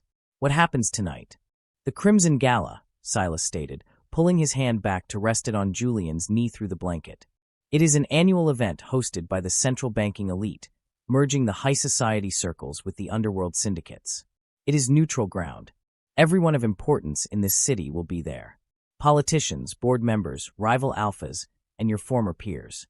Julian's stomach gave a familiar, phantom flutter of anxiety, but it didn't paralyze him the way it used to. "You want me to attend with you?" "I do not just want you to attend, Julian," Silas said, his gaze turning fiercely serious. "I want you to walk in there as my equal. The council has seen your strategic mind behind closed doors, but the rest of the city still believes the rumors. They believe you are a fragile, broken Omega who got lucky. I want to show them exactly who they dismissed for 2 decades. Silas paused, his dark eyes searching Julian's face. "But only if you are ready. If you do not wish to go, we will spend the evening right here." The choice is entirely yours. Julian looked into the eyes of the most dangerous man in the city, a man who bent boardrooms and syndicates to his will, yet gave Julian complete autonomy over his own life. The boy who used to hide behind floral arrangements was dead. "I am ready," Julian said, his voice steady and resolute. Preparation for the gala was unlike anything Julian had ever experienced. In the Everett household, preparing for a social event meant enduring hours of scolding from his mother, double doses of agonizing medication, and wearing muted, forgettable colors designed to blend in. Tonight, there were no suppressants. There was no hiding. A team of elite stylists arrived at the penthouse by mid-afternoon, bringing garments that cost more than some city blocks. When Julian finally stood before the full-length mirror in the master dressing room, he barely recognized his own reflection. He was wearing a bespoke, midnight black suit tailored so perfectly it looked painted on. The fabric was interwoven with a faint, subtle thread of dark crimson that caught the light only when he moved. But the most striking change wasn't the clothes, it was his posture. His shoulders were back, his chin was held high, and his eyes were bright, intelligent, and unclouded by chemical sedation. Silas stepped into the room, coming to a dead stop when he saw Julian. For a long, heavy moment, the terrifying Mafia boss looked utterly speechless. "Silas," Julian asked softly, a hint of nervousness bleeding into his voice as he turned around. "Is it too much?" "It is devastating," Silas breathed, closing the distance between them with slow, predatory steps. He stopped right behind Julian, looking at their shared reflection in the mirror. He rested his large hands on Julian's waist, his dominance wrapping around the Omega in a fierce, protective cocoon. They are not going to know what hit them. Silas reached into his jacket pocket and pulled out a slender, black velvet box. He popped it open, revealing a breathtaking collar clip made of dark obsidian and silver, bearing the subtle, geometric crest of the Blackwood Syndicate. "Turn around," Silas commanded softly. Julian obeyed, his heart fluttering against his ribs. Silas carefully attached the clip to the collar of Julian's dress shirt, right over his pulse point. It was a beautiful, unmistakable claim. A warning to the entire city. This Omega belongs to the Blackwood Empire. "Perfect," Silas whispered, leaning down to press a soft, lingering kiss against the sensitive skin of Julian's neck. "Ready to conquer the city, Julian?" "As long as you are beside me," Julian replied. The car ride to the grand cathedral-like venue downtown was charged with electric anticipation. When the armored Blackwood vehicle finally pulled up to the red carpet, a swarm of photographers and elite guests were already clustered around the entrance. The moment the driver opened the door, a hush fell over the immediate crowd. Silas stepped out first, adjusting his cuffs with a terrifying, cold indifference to the flashing cameras. Then, he turned and extended his hand into the car. Julian took a deep breath, placed his hand in Silas's, and stepped out into the blinding lights. The reaction was instantaneous. Gasps rippled through the gathered crowd. Whispers erupted like a tidal wave. The socialites who had once sneered at Julian's existence, the alphas who had actively avoided him, and the omegas who had pitted him now stared in absolute, unadulterated shock. Julian didn't lower his head. He didn't shrink. He walked beside Silas, their hands firmly linked, exuding a quiet, untouchable grace. His unmedicated scent, frost and white tea, spilled into the air, perfectly entwined with Silas's dark cedar, presenting a united, fiercely bonded front. They moved into the grand ballroom, a massive expanse of gold leaf, crystal chandeliers, and classical music. It was a haunting parallel to the night they first met. But this time, Julian wasn't looking for a shadow to hide in. As they navigated the room, Silas was immediately approached by a cluster of international investors. Silas kept a firm, reassuring hand on the small of Julian's back, seamlessly including him in the conversation. To the absolute astonishment of the bankers, Julian didn't just stand there looking pretty. He actively engaged, offering brilliant, cutting insights into offshore tax leverages that left the older alphas speechless. About an hour into the gala, Silas was momentarily pulled aside by his head of security for an urgent perimeter check. "I will be exactly 2 minutes," Silas murmured to Julian, his eyes scanning the crowd with lethal intent. "Do not leave this area." "I'll be fine, Silas," Julian assured him with a warm smile, taking a sip of his champagne. The moment Silas stepped away, a heavy, suffocating wave of aggressive alpha pheromones crashed into Julian from behind. Well, if it isn't the Everett family's little mistake. Julian slowly turned around. Standing before him was Vincent Thorne, the rival syndicate boss from the council meeting. Thorne was a massive, scarred alpha with a cruel smile and a reputation for extreme violence. He was flanked by two of his own lieutenants, clearly intending to corner Julian while Silas was distracted. Thorne took a step closer, purposely projecting his dominance to force the Omega into submission. I have to admit, you clean up well. But dressing up a stray dog in a tailored suit doesn't change what it is. You think you belong in this room, boy. A few months ago, Julian would have been hyperventilating. His knees would have buckled under the sheer weight of Thorne's aggressive aura. Tonight, Julian felt absolutely nothing but a cold, clinical irritation. Julian took a slow sip of his champagne, his expression completely blank. He looked Thorne up and down with the kind of detached boredom Silas usually reserved for annoying insects. "I know exactly why you are standing here, Mr. Thorne," Julian said, his voice calm, clear, and perfectly steady. Thorne's cruel smile faltered slightly. "Oh, enlighten me. You are losing money in the western ports because your logistics managers are incompetent," Julian stated loudly enough for the surrounding elite to hear, drawing curious, shocked glances. "You are desperate to provoke Silas into a physical altercation because you know you cannot outmaneuver him financially. So, you waited until he turned his back, and you approached me, hoping I would cower and humiliate him." Thorne's face flushed a dark, angry red. He took an aggressive step forward, dropping his voice into a vicious snarl. "Watch your mouth, Omega, or I will." "Or you will what?" Julian interrupted, taking a step forward himself, closing the distance. He didn't submit. He didn't back down. Julian tilted his head, his eyes flashing with a dangerous intelligence. "If you touch me, Silas will dismantle your entire organization by sunrise. If you threaten me, you prove to every investor in this room that you are too weak to fight a man, so you target his partner instead. You are playing a losing game, Vincent. I suggest you walk away before you embarrass yourself further." The absolute silence that followed was deafening. The surrounding socialites and syndicate members were staring at Julian in sheer awe. The broken Omega had just verbally eviscerated one of the most dangerous alphas in the city, without breaking a sweat. Thorne's fists clenched, his pheromones spiking with violent intent. He opened his mouth to shout an alpha command. "Is there a problem here, Thorne?" The temperature in the ballroom seemingly dropped 20 degrees. Silas Blackwood materialized behind Julian like a demon summoned from the shadows. The sheer, crushing weight of Silas's dominance slammed into the space, so suffocatingly powerful that Thorne's two lieutenants physically staggered backward, gasping for air. Silas didn't even look at Thorne. His dark eyes were fixed on Julian, checking him for any sign of distress. Finding none, finding only calm, absolute confidence, Silas's chest swelled with an undeniable, fierce pride.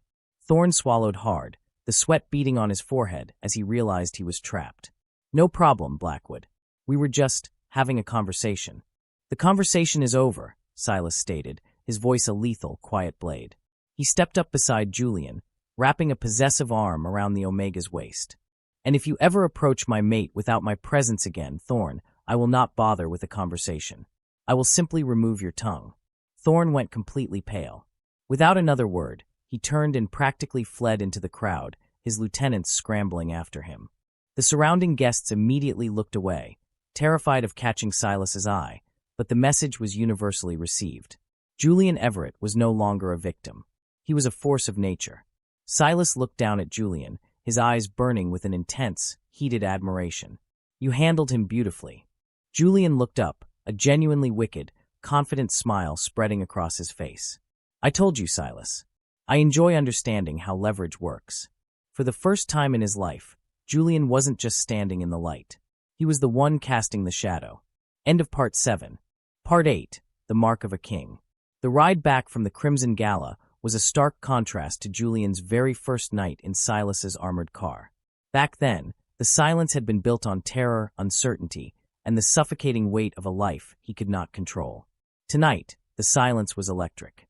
It hummed with adrenaline, fierce pride, and a heavy, intoxicating undercurrent of pure Alpha-Omega magnetism. Julian sat comfortably against the plush leather seats, his body relaxed, though his heart was still racing from the confrontation with Vincent Thorne. Silas sat beside him, closer than strictly necessary. The Alpha's arm was draped possessively over the back of the seat, his large hand resting on the nape of Julian's neck. His thumb stroked slow, rhythmic circles against Julian's skin, right over his pulse point. The physical contact was grounding, but Silas's pheromones told a wilder story. Beneath the controlled dark cedar and spice, there was a raw, predatory edge of profound arousal. Silas was captivated. He had watched the man he loved tear down a rival syndicate boss with nothing but a champagne flute in his hand and an unmatched intellect. When the elevator doors finally chimed and opened into the quiet sanctuary of the penthouse, the tension between them shifted from public triumph to private, overwhelming intimacy.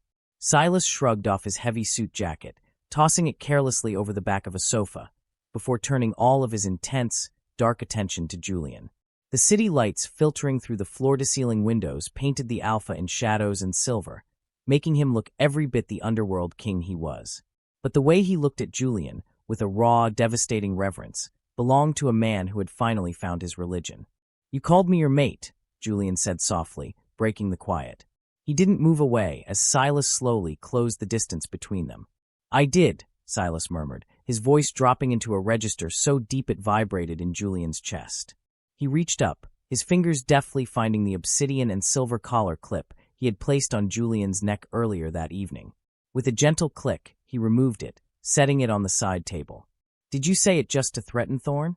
Julian asked, his breath hitching slightly as Silas's knuckles brushed against his throat. Silas's hands moved to the lapels of Julian's midnight black suit jacket, easing it off his shoulders with careful, deliberate movements.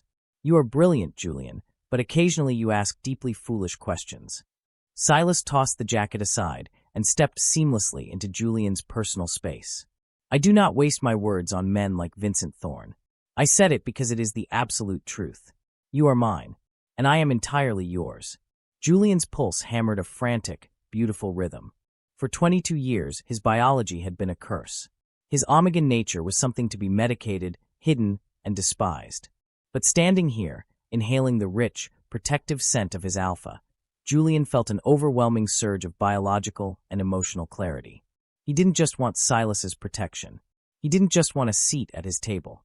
He wanted the permanence. "The temporary mark is fading," Julian whispered, his eyes locked on Silas's lips. Silas went incredibly still. The Alpha's dark eyes flared, a storm of instinct and restraint warring on his face. "Julian," he warned softly, his hands coming up to grip Julian's waist. "Do not say things you do not mean. The adrenaline from the gala is still in your system." "It has nothing to do with adrenaline," Julian replied fiercely, reaching up to rest his hands flat against Silas's broad chest. He could feel the heavy, erratic thud of the Alpha's heart beneath the crisp fabric of his shirt. "My mother spent my entire life trying to erase my instincts. She tried to make me hollow. But you brought me back to life. You gave me back my voice." Julian stepped closer, tilting his head back to expose the pale, unmarked line of his throat. His scent, crisp winter frost and delicate white tea, bloomed in the room, flooding the air with absolute, unhesitating consent. "I don't want a temporary shield anymore, Silas," Julian whispered, his voice trembling with the sheer weight of his emotion. "I want you to mark me. Permanently. I want the entire world to know whose side I stand on." A ragged, breathless sound escaped Silas's throat. It was the sound of a man whose ironclad control had finally snapped. In a heartbeat, Silas moved. He backed Julian up until the Omega's spine met the cool glass of the massive penthouse window, overlooking the glittering expanse of the empire they now shared. Silas's large hands framed Julian's face, holding him as if he were the most precious, fragile thing in the world, even as his eyes burned with a dark, consuming fire. "Are you certain?" Silas demanded, his forehead resting against Julian's. "A permanent bond changes everything, Julian. It ties your soul to mine. There is no walking away after this." "I have spent my whole life walking away," Julian breathed, wrapping his arms securely around Silas's neck. "I am finally home. Claim me, Silas." Silas didn't ask again. He crashed his lips down onto Julian's in a bruising, desperate kiss. All the careful restraint, all the patient waiting of the last 3 months vanished into the night. Julian met his passion fiercely, opening his mouth to the Alpha, letting the taste of dark spice and expensive champagne overwhelm his senses. Silas's hands swept down Julian's sides, pulling him flush against his body. Julian gasped into the kiss, feeling the sheer, overwhelming physical strength of the man holding him. But there was no fear, only a blinding, euphoric heat. Silas dragged his lips away from Julian's mouth, pressing hot, open-mouthed kisses along his jawline, tracing the path down to the sensitive skin of his neck. Julian's head fell back against the glass, his fingers tangling in Silas's dark hair as a profound, instinctual anticipation curled in his stomach. "Mine," Silas growled against his skin, his voice vibrating with absolute dominance. "Yours," Julian gasped in confirmation. Silas's teeth grazed the scent gland at the base of Julian's neck. Then, with a sharp, possessive pressure, he bit down. Julian cried out, his back arching off the glass. For a fraction of a second, there was a sharp pinch of pain, but it was immediately swallowed by a tidal wave of pure golden warmth. The biological bonding triggered instantly. Julian felt Silas's emotions crashing into his own mind, a devastating, awe-inspiring mixture of fierce protectiveness, boundless adoration, and a love so deep it felt infinite. Their scents collided and merged. The crisp frost and white tea wrapped around the dark cedar and spice, locking together in an unbreakable, permanent harmony. Silas held Julian tight against his chest as the Omega's knees went weak from the sheer intensity of the bond. He gently laved the bite mark with his tongue, soothing the skin, releasing a flood of calming endorphins into Julian's system. "I've got you," Silas murmured, lifting Julian effortlessly into his arms. "I have you." Julian buried his face in the crook of Silas's neck, exhausted, overwhelmed, and perfectly content. As Silas carried him toward the master's suite, Julian listened to the steady, powerful rhythm of his alpha's heartbeat. It was a rhythm that now belonged to him, just as surely as Julian belonged to Silas. The next morning, the world felt entirely different. Julian woke up to the soft sound of rain tapping against the glass. He didn't just feel Silas's presence in the room. He could feel it in his blood. A warm, thrumming hum of safety and contentment radiated from the permanent mark on his neck, tethering his mind to Silas's even when the alpha was across the room. Silas was standing by the door, speaking in a low, hushed voice to someone in the hallway. Even without hearing the words, Julian could feel a sudden spike of cold, sharp tension bleeding across their new bond. Julian sat up, clutching the sheet to his chest. The permanent mark ached beautifully, a physical reminder of the night before. "Silas, what's wrong?" Silas turned, his expression instantly softening as he looked at Julian, but the underlying tension remained. He walked over to the bed, sitting on the edge and gently brushing a hand through Julian's hair. "I did not want to wake you," Silas said quietly. "I can feel that you are angry," Julian noted, placing his hand over Silas's heart. "The bond. I can feel it." Silas sighed, a dark shadow crossing his features. "Vincent Thorne." Julian's eyes narrowed. "What did he do?" "He realized he cannot touch my financial assets, and after last night, he knows he cannot touch you directly without invoking a death sentence," Silas explained, his voice turning lethally cold. "So, he decided to target the only other leverage he thinks he has over you." Dread pooled in Julian's stomach. "Sebastian." Early this morning, Thorne's men initiated a hostile takeover attempt on the Everett Estate's newly acquired assets. They ambushed a convoy belonging to your brother's new security detail. Silas's jaw clenched. "Sebastian is physically safe. My men extracted him and brought him to a secure safe house on the edge of the city. But Thorne has sent a message. He thinks you will panic. He thinks he can use your brother to force me into a bad negotiation." A few months ago, this news would have broken Julian. He would have blamed himself, spiraled into panic, and begged Silas to surrender whatever it took to keep the peace. But Julian was not a victim anymore.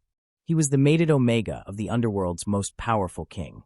Julian pushed the blankets aside and stood up. He didn't tremble. The air in the room grew thick with the sudden, sharp spike of his own pheromones. No longer just delicate frost, but a freezing, unforgiving winter storm. "Where are my clothes?" Julian asked, his voice dead calm. Silas looked up at him, a flicker of surprise quickly transforming into a dark, incredibly vicious pride. "Julian, I can handle Thorne for you." "Thorne tried to use my brother to get to you," Julian said, turning to look Silas dead in the eye, the newly minted mark on his neck on full display. "He insulted you, he threatened my family, and he assumes I am weak enough to fold." Julian walked toward the closet, his spine made of steel. "Call your lieutenants, Silas. We are going to destroy him." Silas Blackwood, the most terrifying man in the city, could only smile as he watched his Omega declare war. "As you wish, my king." End of Part 8. Part 9, the winter storm.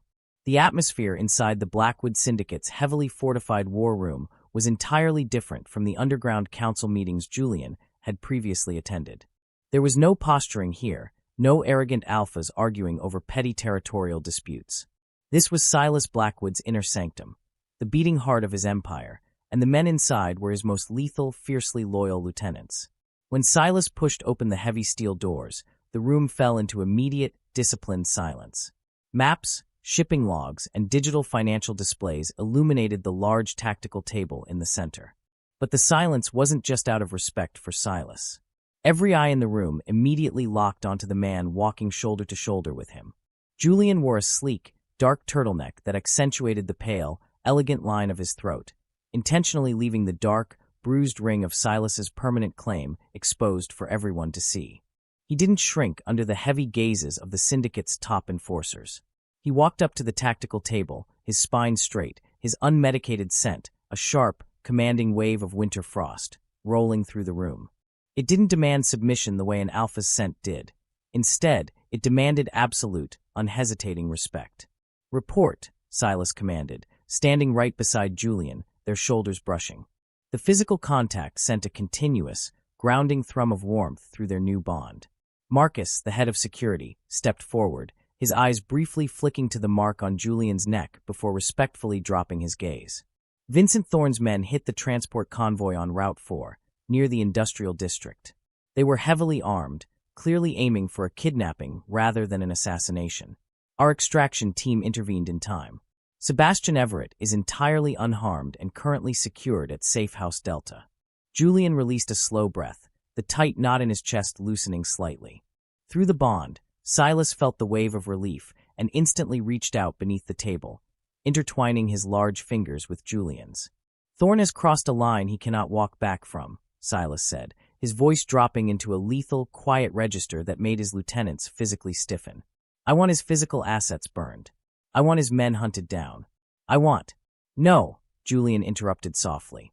The entire war room froze. For anyone else, interrupting Silas Blackwood while he was issuing a kill order was a guaranteed death sentence. Several lieutenants subtly braced themselves, waiting for the Alpha's fury to detonate.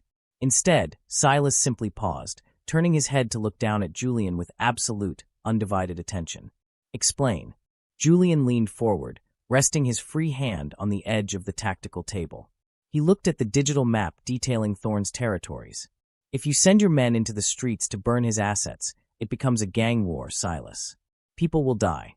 The city council will intervene, the police will be forced to act, and Thorne will use the chaos to slip away or leverage a truce."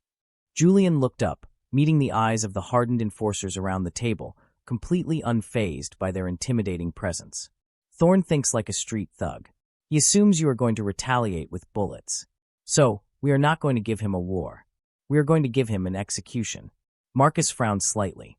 "How do you execute a syndicate boss without firing a shot, Mr. Everett?" "It's Julian," he corrected smoothly, before tapping a specific shipping lane on the digital display. "And you do it by taking away the only thing keeping his men loyal, his money." Julian brought up the financial ledgers he had memorized over the past 3 months. "Thorne doesn't own the western ports outright. He leases the docks through 3 shell companies managed by the Maritime Union. He uses offshore accounts in the Cayman Islands to pay his enforcers. I know the routing numbers. I know the holding firms." Julian turned to Silas, his eyes burning with a brilliant, dangerous fire. "Give me access to the Blackwood mainframe. Within 2 hours, I can legally freeze his shell companies through proxy injunctions. I can bleed his offshore accounts dry by triggering automated fraud alerts that will lock his funds for 6 months. By noon, Thorne won't have a single dime to his name, and a Mafia boss who cannot pay his soldiers is a dead man walking," Silas finished, a slow, incredibly dark smile spreading across his face. The pride radiating from him through the mating bond was so intense it made Julian's breath hitch. Silas looked back at his stunned lieutenants. "You heard him. Give Julian absolute access to the network. Every order he gives regarding Thorne's finances is to be treated as if it came from my own mouth." "Yes, sir," Marcus answered immediately, looking at Julian with a newly minted, profound respect. For the next 2 hours, the war room transformed into an execution chamber, with Julian wielding a keyboard instead of a blade. He dismantled Vincent Thorne's empire piece by piece. He severed supply chains, exposed money laundering fronts to federal watchdogs, and completely drained the liquidity of Thorne's most lucrative operations. Silas stood behind him the entire time, his heavy, protective presence an anchor. Whenever Julian's fingers flew across the keyboard, executing another devastating financial blow, Silas would press a soft, praising kiss to the crown of his head. By the time the clock struck noon, Vincent Thorne was officially bankrupt. "It's done," Julian whispered, leaning back in the leather chair, exhaustion finally tugging at his edges. Silas's hands immediately came down on his shoulders, gently massaging the tense muscles. "You are terrifying, my love." "I learned from the best," Julian replied, tilting his head back to look at Silas upside down. Before Silas could lean down to capture his lips, Marcus entered the room, his phone gripped tightly in his hand. "Boss, Thorne is panicking. Half his men have already walked out because their morning wire transfers bounced. He just contacted the neutral brokers." Silas's eyes darkened instantly. "What does he want?" "A parley," Marcus stated. "He is requesting a face-to-face meeting with you at the old ironworks factory on the edge of the city limits. He says he wants to negotiate terms of surrender." Julian sat up straight. "It's a trap. He has nothing left to negotiate with. He is backed into a corner, and he wants to take you out with him." "I am aware," Silas said calmly, rolling down his sleeves and buttoning his cuffs. The lethal, underworld king had fully returned. "Marcus, prep a heavily armed strike team. We leave in 20 minutes. "Silas, wait." Julian stood up, his heart rate spiking. "You cannot walk into an ambush." Silas turned, cupping Julian's face in his hands. "Julian, he went after your brother. He insulted you. I am going to walk into that ironworks factory, and I am going to tear him apart with my bare hands. But first, I am taking you to Safe House Delta. I want you with Sebastian until this is over." "No." The word hung in the air, defiant and absolute. Silas frowned, his alpha instincts bristling at the refusal, wanting nothing more than to lock his Omega safely away from the violence. "Julian, this is not a ballroom. This is blood. And you are my mate," Julian shot back, stepping closer, his hands gripping the lapels of Silas's shirt. "When they look at you, they look at me. Thorne targeted Sebastian to prove I was your weak link.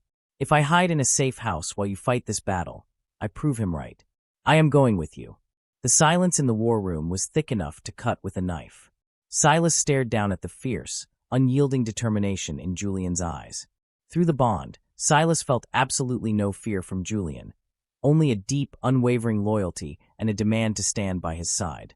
Silas let out a rough breath, the last of his resistance crumbling. "If you step out of my sight for even a fraction of a second, I will lose my mind." "I am right beside you," Julian promised softly. "Always." The drive to Safe House Delta was brief. Julian needed to see his brother with his own eyes before heading to the parley. The safe house was a heavily guarded, nondescript building on the outskirts of the city. When the heavy steel door unlocked, Julian practically sprinted inside. Sebastian was pacing the length of the modest living room, looking disheveled but entirely unhurt. When he saw Julian, his shoulders dropped in profound relief. "Julian." Julian crashed into his older brother's arms, holding him tightly. "Are you okay? Did they hurt you?" I'm fine," Sebastian assured him, pulling back to inspect Julian's face. "The Blackwood security team arrived before Thorne's men could even break the windows of my car. I was terrified they had gone after you." "They wouldn't dare," Silas's deep voice resonated from the doorway. He stood there, an imposing, protective shadow, giving the brothers their moment, but keeping Julian clearly in his sight. Sebastian looked at Silas, a mixture of gratitude and lingering awe in his eyes. "Thank you for getting me out." "You are Julian's family," Silas replied simply, as if that explained the moving of heaven and earth. To Silas it did. Sebastian turned his attention back to Julian, his hands resting on his younger brother's shoulders. That was when he saw it. The dark, unmistakable bruised bite mark resting right above Julian's collar. Sebastian's breath caught. His eyes widened, darting from the mark to Silas, and then back to Julian's serene, confident face. For years, Sebastian had tried to protect Julian from a world that wanted to consume him. He had always feared that one day, an alpha would claim Julian by force and break whatever fragile spirit he had left. But looking at Julian now, radiant, grounded, and standing tall with the city's most feared man guarding his back like a devoted sentinel, Sebastian realized the truth. Julian hadn't been conquered. He had been crowned. You. Sebastian swallowed hard, his eyes shining with unshed tears. You did it. Julian smiled, a soft, genuinely happy expression that Sebastian hadn't seen since they were children. I am safe, Sebastian. We both are. For good. Sebastian pulled him into one last, tight hug. Go finish this. I'll be waiting right here. 10 minutes later, the Blackwood convoy was speeding toward the abandoned ironworks factory. The rain had picked up again, lashing violently against the armored windows. Julian sat beside Silas in the back seat, his hand resting securely in the Alpha's grasp. The air inside the cabin was thick with anticipation. Silas was projecting a heavy, shielding aura of dark cedar, wrapping Julian in a biological armor of comfort and safety as they approached the war zone. When we get inside, Silas instructed, his voice low and devoid of emotion, you stay exactly one step behind my right shoulder. Marcus and Dante will flank you. If gunfire starts, you do not look for me. You drop to the floor, and Marcus gets you out. Do you understand? I understand, Julian nodded, feeling the deadly seriousness radiating through their bond. The car lurched to a halt. Outside, the rusted skeletal remains of the ironworks factory loomed in the gray, storm-lit afternoon. Blackwood enforcers poured out of the escort vehicles, securing the perimeter with military precision. Silas turned to Julian one last time before opening the door. He didn't say a word. He just brought Julian's hand to his lips, pressing a fierce, reverent kiss to his knuckles. Then, they stepped out into the rain. The final confrontation had begun. End of Part 9. Part 10. The King and His Mate. The abandoned ironworks factory stood like a decaying skeleton against the turbulent gray sky. Rain lashed relentlessly against the rusted metal roof, the sound echoing through the cavernous, empty space inside. The air smelled of damp earth, old iron, and the sharp, metallic tang of impending violence. Silas Blackwood walked through the massive, rusted front doors with the terrifying, unhurried grace of a reaper. Julian stayed exactly one step behind his right shoulder, perfectly mirroring the Alpha's calm stride. Marcus and Dante flanked them closely, their weapons drawn and their eyes scanning the shadows in the rafters. The rest of the Blackwood strike team fanned out, securing the perimeter with lethal silence. Through the mating bond, Julian could feel the molten core of Silas's fury. It was a terrifying, beautiful thing. The dark cedar and spice pheromones rolling off the Alpha were so suffocatingly heavy that even the Blackwood enforcers gave him a wide berth. But to Julian, that scent was a shield. It wrapped around his mind, whispering promises of absolute safety. In the center of the vast factory floor, surrounded by rusted machinery and broken concrete, stood Vincent Thorne. Thorne looked entirely unraveled. The arrogant, untouchable syndicate boss who had sneered at Julian just the night before was gone. His expensive suit was soaked with rain, his eyes wild and bloodshot. He had perhaps a dozen men left standing with him, desperate, nervous thugs gripping their weapons entirely too tightly. They were the only ones foolish enough to stay after Julian had systematically drained Thorne's empire of every single cent. Silas came to a halt about 20 feet away. He didn't draw a weapon. He simply stood there, radiating absolute, apex dominance. You brought the Omega to a bloodbath? Thorne laughed, the sound jagged and bordering on hysterical. He paced back and forth like a caged animal. Are you that arrogant, Blackwood? Or did you just want him to watch you die? Silas's expression was carved from ice. You requested a parley, Thorne. I am here. Speak your final words, and do it quickly. I have a schedule to keep. My accounts are frozen, Thorne spat, his face twisting with rage. He pointed a trembling finger at Silas. My shell companies, my offshore holdings, my shipping leases gone. In 2 hours, your hackers dismantled a decade of my work. It wasn't my hackers, Vincent, Silas replied, his voice echoing smoothly through the damp cavern. Silas stepped slightly to the side, allowing Julian to step forward into the dim light. Thorne's eyes locked onto Julian, his face draining of color as the realization hit him. The broken, quiet Omega from the gala. The boy he had tried to corner and intimidate. It took me exactly 84 minutes to systematically bankrupt you, Julian stated. His voice didn't waver.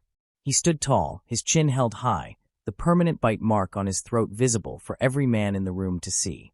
I warned you at the gala, Mr. Thorne. You were playing a losing game. You should have walked away. Pure, unadulterated hatred contorted Thorne's features. His alpha pride, already shattered by financial ruin, completely snapped at the realization that an Omega had orchestrated his downfall. "Kill them!" Thorne screamed, raising his weapon and aiming directly at Julian. "Kill them all!" The factory erupted into chaos, but Silas Blackwood was already moving. Before Thorne could even pull the trigger, Silas closed the distance with terrifying, unnatural speed. The gunfire from the surrounding men was instantly met by the surgical, overwhelming retaliation of the Blackwood strike team. But Julian didn't look at the crossfire. Following Silas's exact orders, Julian immediately dropped to a crouch behind a thick concrete pillar, Marcus pressing a protective hand over his shoulder, shielding him entirely from the chaos. A sickening crack echoed above the gunfire. Julian peeked around the edge of the concrete just in time to see Silas disarm Thorne. Silas struck Thorne's wrist with such devastating force that the gun clattered into the shadows. In the next fluid motion, Silas grabbed Thorne by the throat, lifting the massive, scarred Alpha clean off his feet. The remaining Thorne loyalists saw their boss dangling helplessly in the air, his face turning purple, his boots kicking frantically at empty space. The fight drained out of them instantly. One by one, they dropped their weapons, falling to their knees and raising their hands in desperate surrender. The gunfire ceased. The only sound left in the factory was the rain hammering on the roof and Thorne's desperate, choking gasps. Silas did not look at the surrendered men. His pitch-black eyes were locked entirely on Thorne. "You sent your men after my mate's family," Silas growled, his voice a demonic, vibrating rumble that made the concrete floors tremble. The sheer force of his alpha command forced Thorne's men to press their foreheads to the ground in absolute submission. "You attempted to touch what is mine." Silas, wait." Thorne choked out, clawing uselessly at the iron grip around his throat. "There is no waiting," Silas whispered coldly. "There is only consequence." With a brutal, effortless motion, Silas slammed Thorne down onto the concrete floor. The impact echoed sharply. Thorne lay there, gasping, coughing up blood, completely and utterly broken. Silas stood over him, adjusting his cuffs with terrifying nonchalance. He didn't need to kill him. Thorne was bankrupt, humiliated, and utterly defeated in front of his own surviving men. The underworld would devour whatever was left of him by nightfall. "Marcus," Silas commanded without turning around. "Yes, boss," Marcus answered instantly. "Hand Thorne over to the neutral brokers. Let the council deal with the carcass of his empire." Silas turned his back on the broken man on the floor, dismissing him entirely. The moment Silas turned around, the lethal, terrifying monster vanished. His eyes sought out the concrete pillar. Julian stepped out from behind the cover, completely unharmed, his breath steady. Through the mating bond, Julian sent a wave of pure, absolute adoration. Silas crossed the distance in 3 long strides, pulling Julian into his arms. He buried his face in Julian's neck, inhaling the sweet, crisp scent of winter frost and white tea to calm the lingering adrenaline in his blood. "Are you hurt?" Silas demanded quietly, his hands frantically checking Julian's arms and back.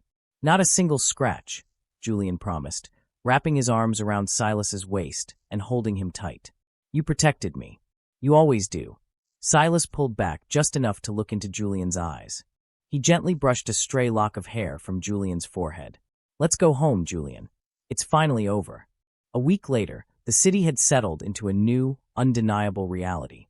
The Everett family's former prestige was a distant memory. Lady Eleanor had quietly vanished into the countryside, living on a modest allowance strictly managed by Sebastian.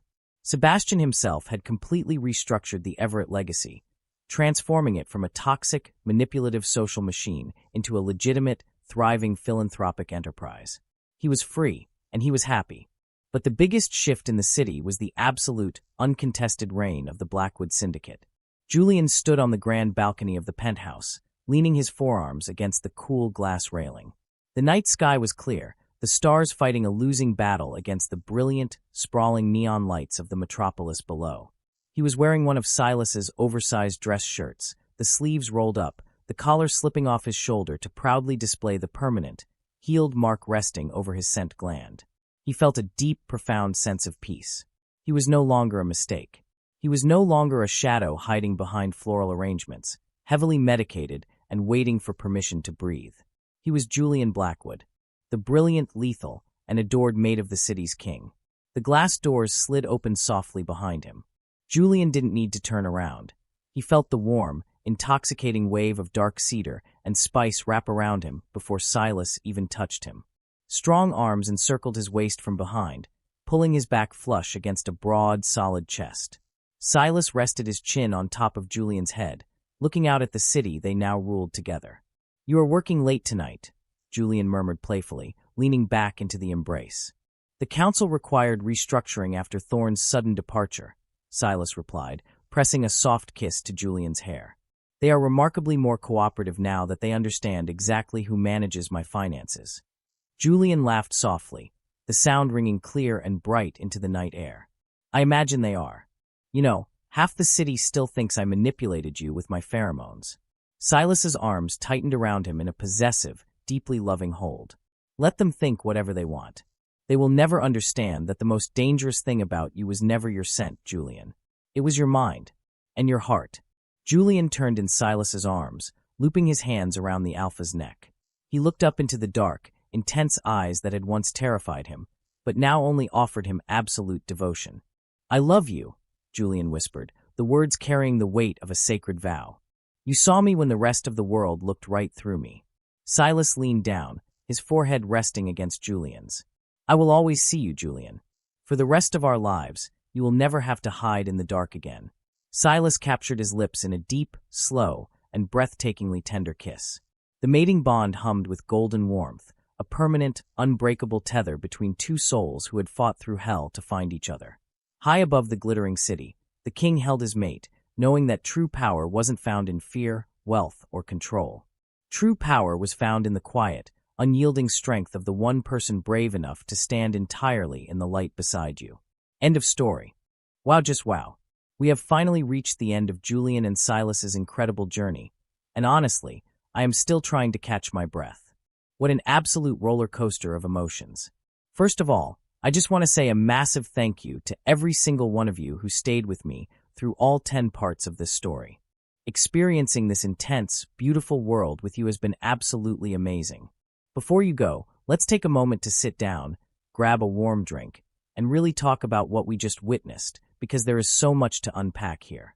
This wasn't just your typical Mafia alpha claims a helpless Omega trope, was it?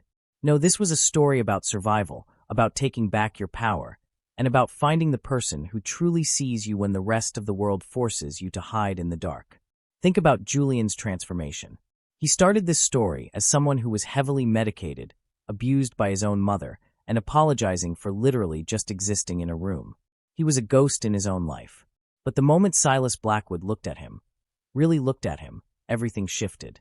Silas didn't just rescue Julian.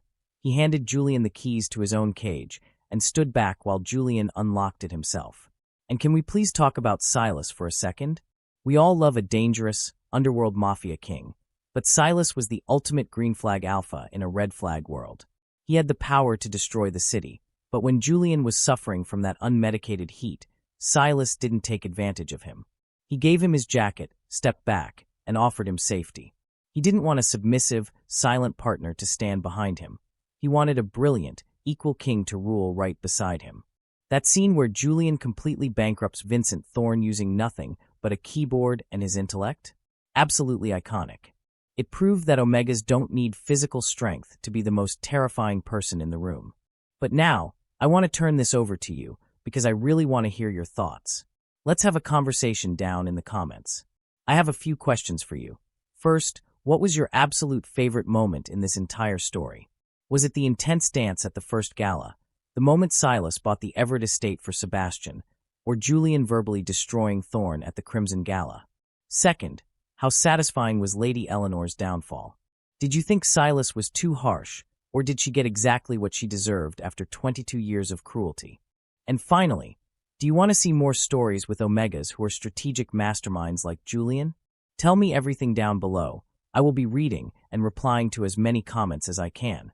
If this story made your heart race, if it made you tear up, or if you just absolutely loved the dynamic between Julian and Silas, please do me a huge favor. Hit that like button right now. It tells the YouTube algorithm that you enjoy this content and helps our channel grow so much. If you haven't already, make sure to click that subscribe button and turn on the notification bell. You are watching your BL boyfriend, and you definitely don't want to miss the next story I am preparing for you. I promise, it's going to be just as addictive, emotional, and passionate as this one. Thank you again for watching, for listening, and for being such an amazing community. Stay safe, stay proud, and I will see you in the next video. Bye for now.